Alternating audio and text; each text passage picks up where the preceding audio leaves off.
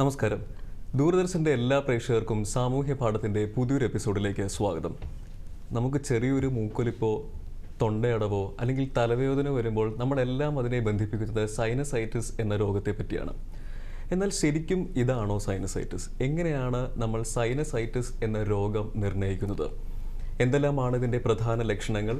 എങ്ങനെയാണ് ചികിത്സാ വിധികൾ?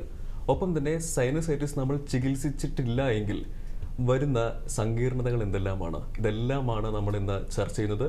ചർച്ചയിൽ പങ്കെടുക്കാനും നമ്മുടെ സംശയങ്ങൾക്ക് മറുപടി നൽകാനുമായി നമ്മളോടൊപ്പം ഉള്ളത് senior consultant ENT specialist doctor John Panicker. Sir, പരിപാടിയിലേക്ക് സ്വാഗതം. സാർ, ഈ പറഞ്ഞതുപോലെ നമുക്ക് ചെറിയൊരു മൂക്കടപ്പ് വരുമ്പോൾ നമ്മൾ അപ്പോഴും പറയുന്നതാണ് സൈനസൈറ്റിസ് ആണ് എന്നുള്ളത്. യഥാർത്ഥത്തിൽ ഇതാണോ സർ സൈനസൈറ്റിസ്? അല്ല, മൂക്കൊലിപ്പ് വരുന്നത് സൈനസൈറ്റിസ് അല്ല. ദ കോമണസ്റ്റ് റീസൺ നമ്മൾ പറയുകയാണെങ്കിൽ ഏറ്റവും കൂടുതൽ മൂക്കൊലിപ്പ് വരുന്നത് ജലദോഷത്തിലാണ്. ജലദോഷം എന്ന് പറയുന്ന ഒരു വൈറൽ ഇൻഫെക്ഷൻ, അത് മൂക്കിനകത്ത് മാത്രം. പക്ഷേ മൂക്കിൻ്റെ സൈഡിലിരിക്കുന്ന വായു അറകളാണ് സൈനസ് എന്ന് പറയുന്നത്. അത് കണ്ണിൻ്റെ താഴെ മാക്സിലറി സൈനസ് ഉണ്ട്, കണ്ണിൻ്റെ മേളിൽ ഫ്രോണ്ടൽ സൈനസ് ഉണ്ട്, രണ്ട് കണ്ണുകൾക്കും നടുക്ക് എത്മോയിഡ് സൈനസ് ഉണ്ട്, പിന്നെ കണ്ണിൻ്റെ ഏകദേശം താഴെ പുറയിലായിട്ട് സ്ഫീനോയിഡ് സൈനസ് ഉണ്ട്. ഇങ്ങനെ 4 ഗ്രൂപ്പിലുള്ള സൈനസുകളാണ് ശരിക്കും ഉള്ളത്. അതായത് വായു നിറഞ്ഞ അറകളാണ്. അതിനും കുറേ പ്രവർത്തനങ്ങളുണ്ട്. അത് വെറുതെ അറകൾ വന്നതല്ല, 2-3 കാര്യങ്ങളാണ്. അതിൽ ഏറ്റവും പ്രധാനം, ഈ മൂക്കിൻ്റെ ഏറ്റവും പ്രധാന ഫങ്ഷൻ എന്ന് പറയുന്നത് ശ്വസിക്കുന്ന വായുവിലുള്ള വായുവിനെ ഫിൽട്ടർ ചെയ്യുക എന്നുള്ളതാണ്. അതായത് ഒരു പൊടിയോ വൈറസോ ബാക്ടീരിയോ ഒന്നും നമ്മുടെ ശ്വാസകോശത്തിൽ പോകാൻ പാടില്ല. അപ്പോൾ അത് ചെയ്യുന്നത് അതിൻ്റെ മെക്കാനിസം എന്ന് പറയാം. അതായത് മൂക്കിനകത്ത് ഈ തൊലിക്കകത്ത് മ്യൂക്കസ് സെക്രീഷൻസ് ഉണ്ട്. അതിൻ്റെ സൈഡിൽ മ്യൂക്കസ് മെംബ്രെയിനിൻ്റെ പുറത്ത് ഈ സെക്രീഷൻ എല്ലാം കൂടുതലും ഉണ്ടാവുന്നത് ഈ സൈനസിൽ നിന്നാണ് വരുന്നത്. എന്നിട്ട് ആ ഒരു മൂക്കിൻ്റെ സെല്ലുകൾക്ക് അകത്തെ ഈ മ്യൂക്കസ് മെംബ്രെയിനിൻ്റെ കോശങ്ങളുടെ രോമങ്ങളുണ്ട്, ഈ മൂവ് ചെയ്യുന്ന സീലിയ എന്ന് പറയും. അതിങ്ങനെ ബാക്കിലോട്ട് മൂവ് ചെയ്തുകൊണ്ടിരിക്കുക. അതുകൊണ്ട് എന്താണെന്ന് പറഞ്ഞാൽ ഒരു ഈ ശ്വസിക്കുമ്പോഴുള്ള നാരോ പാർട്ടിൽ കൂടെ പോകുമ്പം അതിൻ്റെ ആ ഒരു ഇലക്ട്രോസ്റ്റാറ്റിക് അട്രാക്ഷൻ കൊണ്ട് ഈ പൊടികളെല്ലാം ഈ മ്യൂക്കസ് സെക്രീഷനിൽ പറ്റിപ്പിടിക്കും. ആ സെക്രീഷനെ ഒരു ആവറേജ് ഒരു 7 മുതൽ 10 മിനിറ്റിനകത്ത് ത്രോട്ടിലോട്ട് മൂവ് ചെയ്ത്, അതായത് ഒരു വൈറസോ ബാക്ടീരിയ അവിടെ ഇരുന്ന് മൾട്ടിപ്ലൈ ചെയ്യാൻ പറ്റത്തില്ല. അതിനു മുമ്പേ ഇതിനെ നമ്മൾ ത്രോട്ടിൽ പോയി വയറ്റിൽ പോയി ദഹിച്ചു പോകും. അത് ഏറ്റവും നമ്മുടെ റെസ്പിറേറ്ററി സിസ്റ്റത്തിൻ്റെ ആദ്യത്തെ ഡിഫൻസ് മെക്കാനിസം ഇതാണ്. അതായത് നമുക്ക് ശരീരം തന്നെ ഒരു രോഗപ്രതിരോധത്തിന് അതാണ് അതിൻ്റെ സ്ട്രക്ചർ തന്നെ ഈ ഒരു ഡിഫൻസ് മെക്കാനിസത്തിലാണ് തുടങ്ങുന്നത്. നമ്മുടെ ഇമ്മ്യൂൺ സിസ്റ്റം വർക്ക് ചെയ്യുന്നത് കൂടാറുള്ളതാണ് ഞാൻ പറയുന്നത്, മെക്കാനിക്കലായിട്ട്. അപ്പോൾ അത് സൈനസിൽ നിന്നുള്ള ഈ സെക്രീഷൻസ് ചുറ്റും ഈ കാവിറ്റിയിലും മ്യൂക്കസ് മെംബ്രെയിനില്ല, അവിടെ നിന്നും കൂടെ വരുന്ന സെക്രീഷനാണ് ഇതിനെ പുഷ് ചെയ്ത് ബാക്കിലോട്ട് പോകുന്നത്. അപ്പോൾ അത് ആണ് അതിൻ്റെ ഏറ്റവും വലിയൊരു പ്രവർത്തനം. പക്ഷേ ഈ ജലദോഷത്തിലൊക്കെ ആണെങ്കിൽ മൂക്കിനകത്ത് മാത്രമുള്ള ആ മ്യൂക്കസ് മെംബ്രെയിനിലാണ് ഈ ഇൻഫെക്ഷൻ വരുന്നത്. സാധാരണ ജലദോഷം അത് വൈറസ് പ്രധാനമായിട്ടും റൈനോ വൈറസ്, അഡിനോ വൈറസ്, പലപ്പോഴും കോവിഡ് പോലും ഒരു ആരംഭത്തിൽ ഒരു ചെറിയ ജലദോഷമായിട്ടാണല്ലോ തുടങ്ങുന്നത്. പക്ഷേ ആ സൈനസിൽ പലപ്പോഴും ജലദോഷത്തിൻ്റെ ഒരു കോംപ്ലിക്കേഷനായിട്ടാണ് ഈ സൈനസൈറ്റിസ് ഉണ്ടാകുന്നത്. ജലദോഷം വരുമ്പോൾ ആൾക്കാർ പൊതുവേ ശക്തിയായിട്ട് മൂക്ക് ചീറ്റും, അല്ല പിഴിഞ്ഞ അങ്ങനെയൊക്കെ ചെയ്യും. അത് ചെയ്യുമ്പോൾ ഫോഴ്സ്ഫുള്ളായിട്ട് ചെയ്യുമ്പം ഈ മൂക്കിനകത്തൊരു പോസിറ്റീവ് പ്രഷർ ഉണ്ടാകുമ്പോൾ ആ പ്രഷർ കാരണം സൈനസിൻ്റെ ഓപ്പണിങ്ങിൽ കൂടെ അത് അകത്തോട്ട് കയറും. ഈ ബാക്ടീരിയോ വൈറസോ മൂക്കിനകത്തിരിക്കുന്ന ഫംഗസ് ഇതെല്ലാം അങ്ങനെ അത് കയറി കഴിഞ്ഞാൽ റിപ്പീറ്റഡായിട്ട് വരികയാണെങ്കിൽ അവിടെ അത് ഇൻഫെക്ഷൻ ഉണ്ടാക്കും. അങ്ങനെയാണ് സൈനസൈറ്റിസ് പ്രധാനമായിട്ടും ഉണ്ടാകുന്നത്. പിന്നെ അതിന് കുറേ കാര്യങ്ങളും കൂടെ കാണും. ചിലർക്ക് ജന്മനാ തന്നെ ഈ സൈനസിൻ്റെ ഓപ്പണിങ് ചിലപ്പോൾ നാരോ ആയിരിക്കാം, അല്ലെങ്കിൽ മൂക്കിൻ്റെ പാലത്തിന് ചില ബെൻഡുള്ളവർക്കൊക്കെ ചിലപ്പം ജന്മനാ തന്നെ അങ്ങനെയുള്ള അനാറ്റമിക്കലായിട്ട് സ്ട്രക്ചറലായിട്ട് ഉള്ള ഘടനാപരമായിട്ടുള്ള ചേഞ്ച് ഉള്ളവർക്ക് ഈ സൈനസൈറ്റിസ് വരാനുള്ള സാധ്യത വളരെ കൂടുതലാണ്. പിന്നെ ഇത് ഏത് ഇൻഫെക്ഷനും നമ്മുടെ രോഗപ്രതിരോധ ശക്തിയുമായിട്ട് ബന്ധപ്പെട്ടാണ്, നമ്മുടെ ഇമ്മ്യൂൺ സിസ്റ്റമായിട്ട്. അപ്പം എന്തെങ്കിലും കാരണവശാൽ അലർജി എന്ന് പറഞ്ഞാൽ രോഗപ്രതിരോധ പ്രവർത്തനത്തിൻ്റെ ഒരു ഡിഫക്റ്റാണ്. അപ്പോൾ അങ്ങനെയുള്ളവർക്ക്, അല്ലെങ്കിൽ മറ്റു രീതിയിൽ എന്തെങ്കിലും ഇമ്മ്യൂൺ സിസ്റ്റം വീക്കാവുന്നവർക്ക്, ഇപ്പോൾ ഉദാഹരണമായിട്ടൊരു നല്ലൊരു പനിയോ ടൈഫോയിഡൊക്കെ വന്നു കഴിഞ്ഞാൽ നമ്മുടെ രോഗപ്രതിരോധ ശക്തി വീക്കായിരിക്കും, കോവിഡ് വന്നാൽ തന്നെ. അപ്പോൾ അതുകൊണ്ടാണ് നമ്മൾ കോവിഡിന് ശേഷം ഈ സൈനസൈറ്റിസും അതുപോലെ ബന്ധപ്പെട്ട പല രോഗങ്ങൾ നമ്മളന്ന് കണ്ടില്ലേ, ബ്ലാക്ക് ഫംഗസ്, യെല്ലോ ഫംഗസ്, ഇതെല്ലാം സൈനസൈറ്റിസിൽ വന്നാണ്. ആ ഇമ്മ്യൂൺ സിസ്റ്റം വീക്ക് ആയതുകൊണ്ടാണ് അതെല്ലാം സംഭവിച്ചത്. സാർ അപ്പോൾ പറയുകയാണെങ്കിൽ ഈ കണ്ണിന് ചുറ്റും അല്ലെങ്കിൽ മൂക്കിന് ചുറ്റുമുള്ള ഈ വായു നിറഞ്ഞ അറകളിലെ വീക്കമാണ് സൈനസൈറ്റിസ്. ഇൻഫ്ലമേഷൻ എന്ന് ഇംഗ്ലീഷിൽ പറയും. അതിന് കൃത്യമായിട്ടൊരു മലയാളം നമുക്ക് പറയാൻ നീർവീക്കം അല്ലെ ഇൻഫ്ലമേഷൻ അല്ലെ നീര് എന്നൊക്കെ നമ്മൾ പറയത്തില്ലേ, അങ്ങനെ വരുന്ന ഒരു റിയാക്ഷനാണ്. ചിലപ്പോൾ അണുബാധ കൊണ്ട് മാത്രമാണോ സൈനസൈറ്റിസ് ഉണ്ടാകുന്നത്? അല്ല, അലർജി കൊണ്ട് വരാം, പലപ്പോഴും അലർജി കൊണ്ട് വരാം. പിന്നെ അത് കൂടാതെ ചില നമ്മുടെ ഇമ്മ്യൂൺ റിയാക്ഷൻസ് ഉണ്ട്, ചിലതരം. ഇപ്പോൾ വാദം പോലുള്ള ഓട്ടോ ഇമ്മ്യൂൺ, അതിലൊക്കെ ചിലപ്പോൾ ഈ ഇൻഫ്ലമേഷൻസ് വരാം. പക്ഷേ കോമണസ്റ്റ് എന്ന് പറയുന്നത് ഇതിൽ നിന്ന് തുടക്കത്തിൽ ജലദോഷം, അതൊരു വൈറസ് ഇൻഫെക്ഷനായിട്ട് തുടങ്ങും. പക്ഷേ അത് കഴിഞ്ഞിട്ട് അതൊരു സെക്കൻഡറി ബാക്ടീരിയ, അതിൽ നിന്നുണ്ടാകുന്ന കോംപ്ലിക്കേഷനായിട്ട് ഒരു ബാക്ടീരിയ ഇൻഫെക്ഷനാണ് ഈ സൈനസൈറ്റിസ്. പൊതുവേ സൈനസൈറ്റിസിനെ നമുക്ക് രണ്ടായിട്ട് തരംതിരിക്കാം. ഒന്ന് അക്യൂട്ട് സൈനസൈറ്റിസ്, അത് ഞാൻ നേരത്തെ പറഞ്ഞ പോലെ ഈ ജലദോഷത്തിൻ്റെ കോംപ്ലിക്കേഷനായിട്ട് വരും. അത് പലപ്പോഴും ഇച്ചിരി ആവിയൊക്കെ പിടിച്ച് കുറച്ച് റെസ്റ്റൊക്കെ എടുത്തു കഴിഞ്ഞാൽ അത് തന്നെത്താനെ മാറും. അതിനൊന്നും ആൻറ്റിബയോട്ടിക്കിൻ്റെ ആവശ്യം മിക്ക കേസുകളിലും വരികയില്ല. Acute sinusitis. പക്ഷേ ചിലപ്പോഴത് ഒരു 3-4 ദിവസത്തിൽ കൂടുതലൊക്കെ നിൽക്കുകയാണെങ്കിൽ നേരത്തെ പറഞ്ഞ വൈറസ് ഇൻഫെക്ഷന് പകരം അതൊരു ബാക്ടീരിയ ഇൻഫെക്ഷനായിട്ട് മാറും. മാറിക്കഴിഞ്ഞാൽ കഫത്തിന് നല്ല മഞ്ഞറും തലവേദന അങ്ങനെയൊക്കെയുള്ള കുറേ സിംറ്റംസ് അതിൻ്റെ കൂടുതൽ ഉണ്ടാവും. ആ സമയത്ത് ചിലപ്പോൾ നമുക്ക് ആൻറ്റിബയോട്ടിക് കഴിക്കേണ്ടി വരും.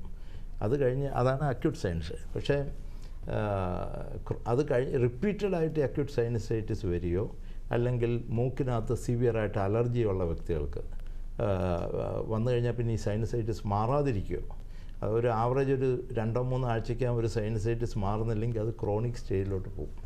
അങ്ങനെ പോകുമ്പോഴാണ് അത് പിന്നെ നമുക്ക് ഒരു എന്താണ് സ്ഥിരം തലവേദന, അല്ലാന്നുണ്ടെങ്കിൽ സ്ഥിരമായിട്ട് മൂക്കിൽ നിന്ന് ഇങ്ങനെ ഡിസ്ചാർജ് വന്ന് ഇങ്ങനെ മഞ്ഞാറത്തിലും വെള്ളാറത്തിലേക്ക് വരും. അതിനകത്ത് തന്നെ ചിലപ്പോൾ ഫംഗസ് ഇൻഫെക്ഷൻ പിടിച്ചു കഴിഞ്ഞാൽ അലർജി തന്നെ കൂടിയെന്ന് വരാം ഈ സൈനസൈറ്റിസിൽ. പ്രത്യേകിച്ച് കാരണം എന്ന് പറഞ്ഞാൽ ഈ സൈനസിനകത്ത് കിടക്കുന്ന അണുക്കൾ, വൈറസോ ബാക്ടീരിയയോ അല്ലെങ്കിൽ അതിൽ നിന്നുണ്ടാകുന്ന ബൈ പ്രൊഡക്ട്സ്, ഇതെല്ലാം നമുക്ക് അലർജി ഉണ്ടാക്കുന്ന വസ്തുവായിട്ട് മാറും. അലർജൻ എന്ന് പറയും, അലർജി ഉണ്ടാക്കുന്ന വസ്തുക്കൾ.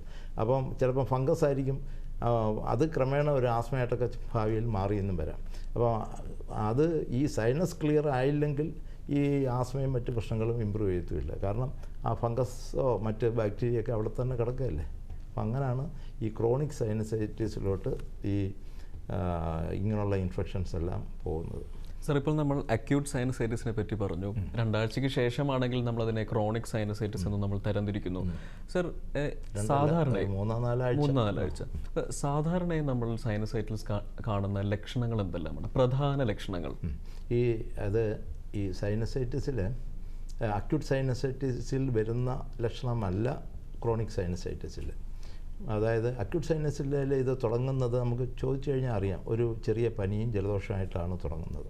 അത് കഴിഞ്ഞിട്ട് കണ്ണിൻ്റെ താഴെ വേദന, നെറ്റിയുടെ ഭാഗത്ത് വേദന. ഈ ഫ്രോണ്ടൽ സൈനസിനെയാണ് ബാധിച്ചെങ്കിൽ നെറ്റിയുടെ ഭാഗത്ത് വേദനയായിരിക്കും, അല്ലെ കണ്ണിൻ്റെ പുറയിൽ വേദന, സ്ഫീനോയിഡ് സൈനസാണ്. ചിലർക്ക് ഉച്ചിയിലും വേദന വരാം, തലയുടെ മേൽഭാഗത്തും ഈ സ്ഫീനോയിഡ് സൈനസൊക്കെ ബാധിക്കുകയാണെങ്കിൽ. അപ്പോൾ ഒരു പെയിനാണ് അക്യൂട്ട് സൈനസൈറ്റിസിലെ പ്രധാന ലക്ഷണം. അതോടൊപ്പം ഈ മൂക്കിൽ നിന്നുള്ള ഡിസ്ചാർജ്. പലപ്പോഴും ഈ 2 സൈഡിലും തുല്യമായിട്ടായിരിക്കത്തില്ല സൈനസൈറ്റിസ് ബാധിക്കുന്നത്. അതുകൊണ്ട് ഒരു സൈഡിൽ കൂടുതൽ ഡിസ്ചാർജും മറ്റേ സൈഡിൽ കുറവായിരിക്കാം, അല്ല ചിലപ്പോൾ ഒരു സൈഡിൽ മാത്രമേ ഡിസ്ചാർജ് കാണത്തുള്ളൂ. അത് നേരെ മറിച്ച് സാധാരണ ജലദോഷത്തിലാണെങ്കിൽ 2 സൈഡും തുല്യമായിരിക്കും. പിന്നെ ഇതിനോടൊപ്പം ജലദോഷത്തിൻ്റെ ഈ കോമൺ കോൾഡ് എന്ന് പറയുന്നതിൻ്റെ ഒരു പ്രധാന ലക്ഷണം തുമ്മൽ. കാരണം ഈ മൂക്കിനകത്തുള്ള എല്ലാ ഇൻഫെക്ഷനിലും അതോടൊപ്പം നമ്മുടെ ഈ അണുക്കളെയൊക്കെ നമ്മുടെ ശരീരത്തിൽ നിന്ന് വെളിയിലേക്ക് ചാടിച്ച് കളയാൻ വേണ്ടിയുള്ള ഒരു റിഫ്ലക്സ് മെക്കാനിസമാണ് തുമ്മൽ എന്ന് പറയുന്നത്. അപ്പോൾ അത് കൂടിയും അതോടൊപ്പം ഈ മൂക്കിൻ്റെ ഒരു പ്രത്യേകത എന്ന് പറഞ്ഞു കഴിഞ്ഞാൽ ഒരു ഇൻഫെക്ഷൻ വന്നാൽ പോലും ക്രമേണ അവിടെ ഒരു അലർജിക് റിയാക്ഷൻ കൂടെ ഡെവലപ്പ് ചെയ്യും. അപ്പോൾ അതുകൊണ്ടും കൂടെ തുമ്മൽ വരും പലർക്കും. പിന്നെ പലപ്പോഴും ഒരു ക്ഷീണം, വിശപ്പില്ലായ്മ, പിന്നെ തൊണ്ടയിൽ ഇങ്ങനെ കഫം വരുന്ന ഒരു ഫീല്, അതെല്ലാം അതിൻ്റെ കൂടെ ഉണ്ടാകുന്ന സിംറ്റംസാണ്. നേരെ മറിച്ച് ക്രോണിക് സൈനസൈറ്റിസിൽ ഈ പെയിൻ, ഹെഡേക്ക് അത്ര വളരെ കോമൺ അല്ല, വളരെ കുറച്ചായിരിക്കും കോമൺ. അതേപോലെ ഫീവറോ അല്ലെങ്കിൽ ഒരു ക്ഷീണം അതൊന്നൊക്കെ കുറവായിരിക്കും. പക്ഷേ ക്രോണിക് സൈനസൈറ്റിസിലെ പ്രധാന ലക്ഷണം ഒന്ന് ഈ അലർജി പോലുള്ള സിംറ്റംസ് അത് ഫോം ചെയ്യും. 2 മൂക്കിൽ നിന്നുള്ള ഡിസ്ചാർജ്, മൂക്കളെ വരുന്ന അതിൽ ചിലപ്പം ബ്ലഡ് സ്റ്റെയിൻ കാണും. പിന്നെ ക്രമേണ തൊണ്ടയിൽ കഫം വരുന്നത്, ഇതെല്ലാം അതിൻ്റെ ക്രോണിക് സൈനസൈറ്റിസും അതോടൊപ്പം റിപ്പീറ്റഡ് ആയിട്ടുള്ള നെഞ്ചിലൊക്കെ വരുന്ന ബ്രോങ്കൈറ്റിസ് പോലുള്ള ഇൻഫെക്ഷൻ അതിൽ നിന്നുണ്ടാവും, തൊണ്ടവേദന, അതെല്ലാമാണ് ക്രോണിക് സൈനസൈറ്റിസിൽ പ്രധാനമായിട്ട് വരുന്നത്. അതുകൂടാതെ ഈ ക്രോണിക് സൈനസൈറ്റിസിൽ നേരത്തെ പറഞ്ഞാൽ ഫംഗസ് ഇൻഫെക്ഷനൊക്കെ വരികയാണെങ്കിൽ അതൊരു കോംപ്ലിക്കേഷനായിട്ടും ചിലപ്പം ഡെവലപ്പ് ചെയ്യാം. ഇത് ഒരു കാര്യം കൂടെ ചിന്തിക്കേണ്ടത്, ഈ പ്രായമാരി ഉണ്ടാവുന്ന പോലുള്ള ഒരു സിംറ്റം ആയിരിക്കത്തില്ല കുട്ടികളിൽ സൈനസൈറ്റിസ് വളരെ പെട്ടെന്ന്, കാരണം അവരുടെ സൈനസിൻ്റെ ചുറ്റുമുള്ള ബോൺ എന്ന് പറയുന്നത് അത്ര ഹാർഡായിരിക്കത്തില്ല. അപ്പോൾ അത് കാരണം പെട്ടെന്ന് ഇൻഫെക്ഷൻ കണ്ണിലോട്ടും മറ്റേ കോംപ്ലിക്കേഷനിലൊക്കെ കുട്ടികൾക്ക് പോകാം സൈനസൈറ്റിസ്. ജനറലി പറയുകയാണെങ്കിൽ കുട്ടികളിൽ സൈനസൈറ്റിസ് വളരെ കുറവാണ്, കാരണം അവരുടെ സൈനസ് അധികം ഡെവലപ്പ് ചെയ്ത് വരുന്നതേ ഉള്ളൂ. ഒരു 12-14 വയസ്സൊക്കെ ആകുമ്പോഴാണ് സൈനസ് ഫുള്ളായിട്ട് വരുന്നത്. അപ്പോഴാണ് ഈ നീർവീക്കം കൂടുതൽ വരാം. അതുകൊണ്ട് കൂടുതലും സൈനസൈറ്റിസ് എന്ന് പറയുന്ന ഒരു ഇൻഫെക്ഷൻ കൂടുതലും പ്രായമുള്ളവരിലാണ് നമ്മൾ കൂടുതലായിട്ട് കാണുന്നത്. കുട്ടികളിൽ ജലദോഷം ഫ്രീക്വൻ്റായിട്ട് വരാം. കുട്ടികളിലുള്ള ഒരു പ്രത്യേകത എന്ന് പറഞ്ഞു കഴിഞ്ഞാൽ റിപ്പീറ്റഡായിട്ട് ജലദോഷം വരുന്നവർക്ക് മൂക്കിൻ്റെ പുറയിൽ അഡിനോയിഡ് എന്ന് പറയുന്ന ഒരു ഗ്രന്ഥി വീക്കം വരും. അത് വരുമ്പോൾ എന്താണ്, ഈ മൂക്കിൽ നിന്നുള്ള, ഞാൻ നേരത്തെ പറഞ്ഞല്ലോ, ഈ മൂക്കിൻ്റെ ഏറ്റവും പല പ്രവർത്തനങ്ങളുണ്ട്, മണം അറിയുക പലതുണ്ട്. അതിൽ ഏറ്റവും പ്രധാനമായിട്ടുള്ളത് ഈ സെക്രീഷൻസ് ബാക്കിലോട്ട് ഫിൽറ്റർ ചെയ്ത് വിടുക, എയറിനെ ഫിൽറ്റർ ചെയ്യുക എന്നുള്ളത്. അപ്പോൾ ആ ഫിൽട്രേഷൻ ബാക്കിലോട്ട് ചെല്ലുമ്പോൾ ഈ അഡിനോയിഡ് എൻലാർജ് ആണെങ്കിൽ അത് കറക്റ്റായിട്ട് ബാക്കിലോട്ട് പോകില്ല, അപ്പം മൂക്കിൽ തന്നെ തങ്ങിക്കിടക്കും. അപ്പോൾ ഈ സെക്രീഷൻ അവിടെ കിടന്നു കഴിഞ്ഞാൽ നല്ലൊരു കൾച്ചർ മീഡിയയാണ്. അപ്പം പിന്നെ അതിനകത്ത് ലോട്ട് ഓഫ് ഇൻഫെക്ഷൻസ് ഇങ്ങനെ ഫ്രീക്വൻ്റായിട്ട് വന്നുകൊണ്ടിരിക്കും. അങ്ങനെയാണത് കുട്ടികളിൽ സ്ഥിരമായിട്ട് ജലദോഷമായിട്ട് മാറുന്നതിൻ്റെ അതൊരു സൈക്കിളാണല്ലേ? സൈക്കിളാണ് അത്. പിന്നെ അത് ഈ പറഞ്ഞ പോലെ പല ചെറിയ തോതിലൊക്കെയുള്ള വീക്കമാണെങ്കിൽ നമുക്ക് മെഡിക്കൽ മാനേജ്മെൻ്റ് കൊണ്ട് മാറ്റാം. കൃത്യമായിട്ടുള്ള ആൻറ്റിബയോട്ടിക്കും അതേപോലെ ആൻറ്റി അലർജിക് ആണെങ്കിൽ ആൻറ്റി അലർജിക് ട്രീറ്റ്മെൻറ്റ്, പിന്നെ സലൈൻ സ്പ്രേസ്, അത് വളരെ യൂസ്ഫുള്ളാണ്. സലൈൻ ഈ സെക്രീഷനെ എല്ലാം തിൻ ഔട്ട് ചെയ്യുമ്പം അതിൻ്റെ ഡ്രെയിനേജ് കുറേ കൂടെ ഈസി ആവും. പലപ്പോഴും ഞാൻ കാണുന്ന ഒരു കാര്യം, പല ഡോക്ടർമാരും തന്നെ ചെയ്യുന്നുണ്ട്, ഈ ഡീകൺജസ്റ്റൻ നേസൽ ഡ്രോപ്സ് കുട്ടികൾക്ക്, പ്രത്യേകിച്ച് കുട്ടികളിൽ. പ്രായമുള്ളവർക്ക് ഞാൻ കൊടുക്കാറില്ല. ഞാൻ ഒരു 20 വർഷമായിട്ട് I never have given this Otrivin, നെസിയോ എന്നൊക്കെ പറഞ്ഞുള്ള നേസൽ ഡ്രോപ്സ്. അത് കൊടുക്കുന്നവരുണ്ട്. അത് പാടില്ലെന്നാണ് എനിക്ക് തോന്നുന്നത്. കാരണം അതെല്ലാം ഈ രക്തക്കുഴലിനെ ചുരുങ്ങി മൂക്ക് തുറക്കാൻ സഹായിക്കും. പക്ഷേ പക്ഷേ സെക്രീഷൻ തിക്കറാവും, കട്ടിയാവും. അപ്പോൾ ഈ നേരത്തെ ആ സീലിയറി ആക്ഷൻ നടക്കത്തില്ല. അപ്പോൾ ഇൻഫെക്ഷൻ കൂടുതൽ വരാൻ കാണും. പക്ഷേ ഈ ക്രോണിക് സൈനസൈറ്റിസിൻ്റെ ലക്ഷണം കൂടെ പറയുകയാണെങ്കിൽ അത് മൂക്കളപ്പം ഒരു വലിയ സിംറ്റമായിരിക്കും. നേസൽ ബ്ലോക്ക് ആയിരിക്കും കൂടുതലും വരുന്നത്. മറ്റേ അക്യൂട്ടിലും നേസൽ ബ്ലോക്ക് വരാമെങ്കിലും ക്രോണിക് സൈനസൈറ്റിസിലെ ഒരു പ്രധാന സിംറ്റം നേസൽ ബ്ലോക്കാണ്. ക്രമേണ ഇൻഫെക്ഷൻ കൊണ്ട് മൂക്കിനകത്ത് ദശകൾ വളരും. അതിന് പോളിപ്സ് എന്നാണ് പറയുന്നത്. ഡോക്ടർ, നമുക്കൊരു കോൾ ഉണ്ട്. നമസ്കാരം, സാമൂഹ്യ പാഠത്തിലേക്ക് സ്വാഗതം. ഇതാരാണ്? നമസ്കാരം, സാമൂഹ്യ പാഠത്തിലേക്ക് സ്വാഗതം. സാർ, എന്റെ പേര് ഗായത്രി എന്നാണേ. ഞാൻ തിരുവനന്തപുരത്ത് നിന്നാണ് വിളിക്കുന്നത്. പറഞ്ഞോളൂ ഗായത്രി. സാർ, എനിക്ക് ഇങ്ങനെ ഈ മൂക്കിന്റെ 2 സൈഡിലും ഇങ്ങനെ ഒരു നീര് പോലെ വന്നിട്ട് തലവേദന, ശക്തമായ തലവേദനയുണ്ട്. എന്നിട്ട് തല താഴോട്ട് താഴ്ത്തുമ്പോഴത്തേക്കും നല്ല വേദന അനുഭവപ്പെടുന്നുണ്ട്. അപ്പോൾ ആവിയൊക്കെ കൊണ്ട് കുറച്ച് കഴിഞ്ഞാലും അത് പ്രശ്നമാണ്. അപ്പൊ അത് ഈ സൈനസൈറ്റിസിന്റെ ലക്ഷണമാണോ എന്ന് അറിയാൻ വേണ്ടിയിട്ടായിരുന്നു. കേട്ടിടത്തോളം അത് സൈനസൈറ്റിസിൻ്റെ ലക്ഷണം തന്നെയാണ്. പ്രത്യേകിച്ച് ഈ കുനിയുമ്പോൾ നെറ്റിയുടെ ഭാഗത്ത് പെയിൻ വരുന്നത്, അത് തീർച്ചയായിട്ടും അത് തന്നെ ആകാനാണ് സാധ്യത.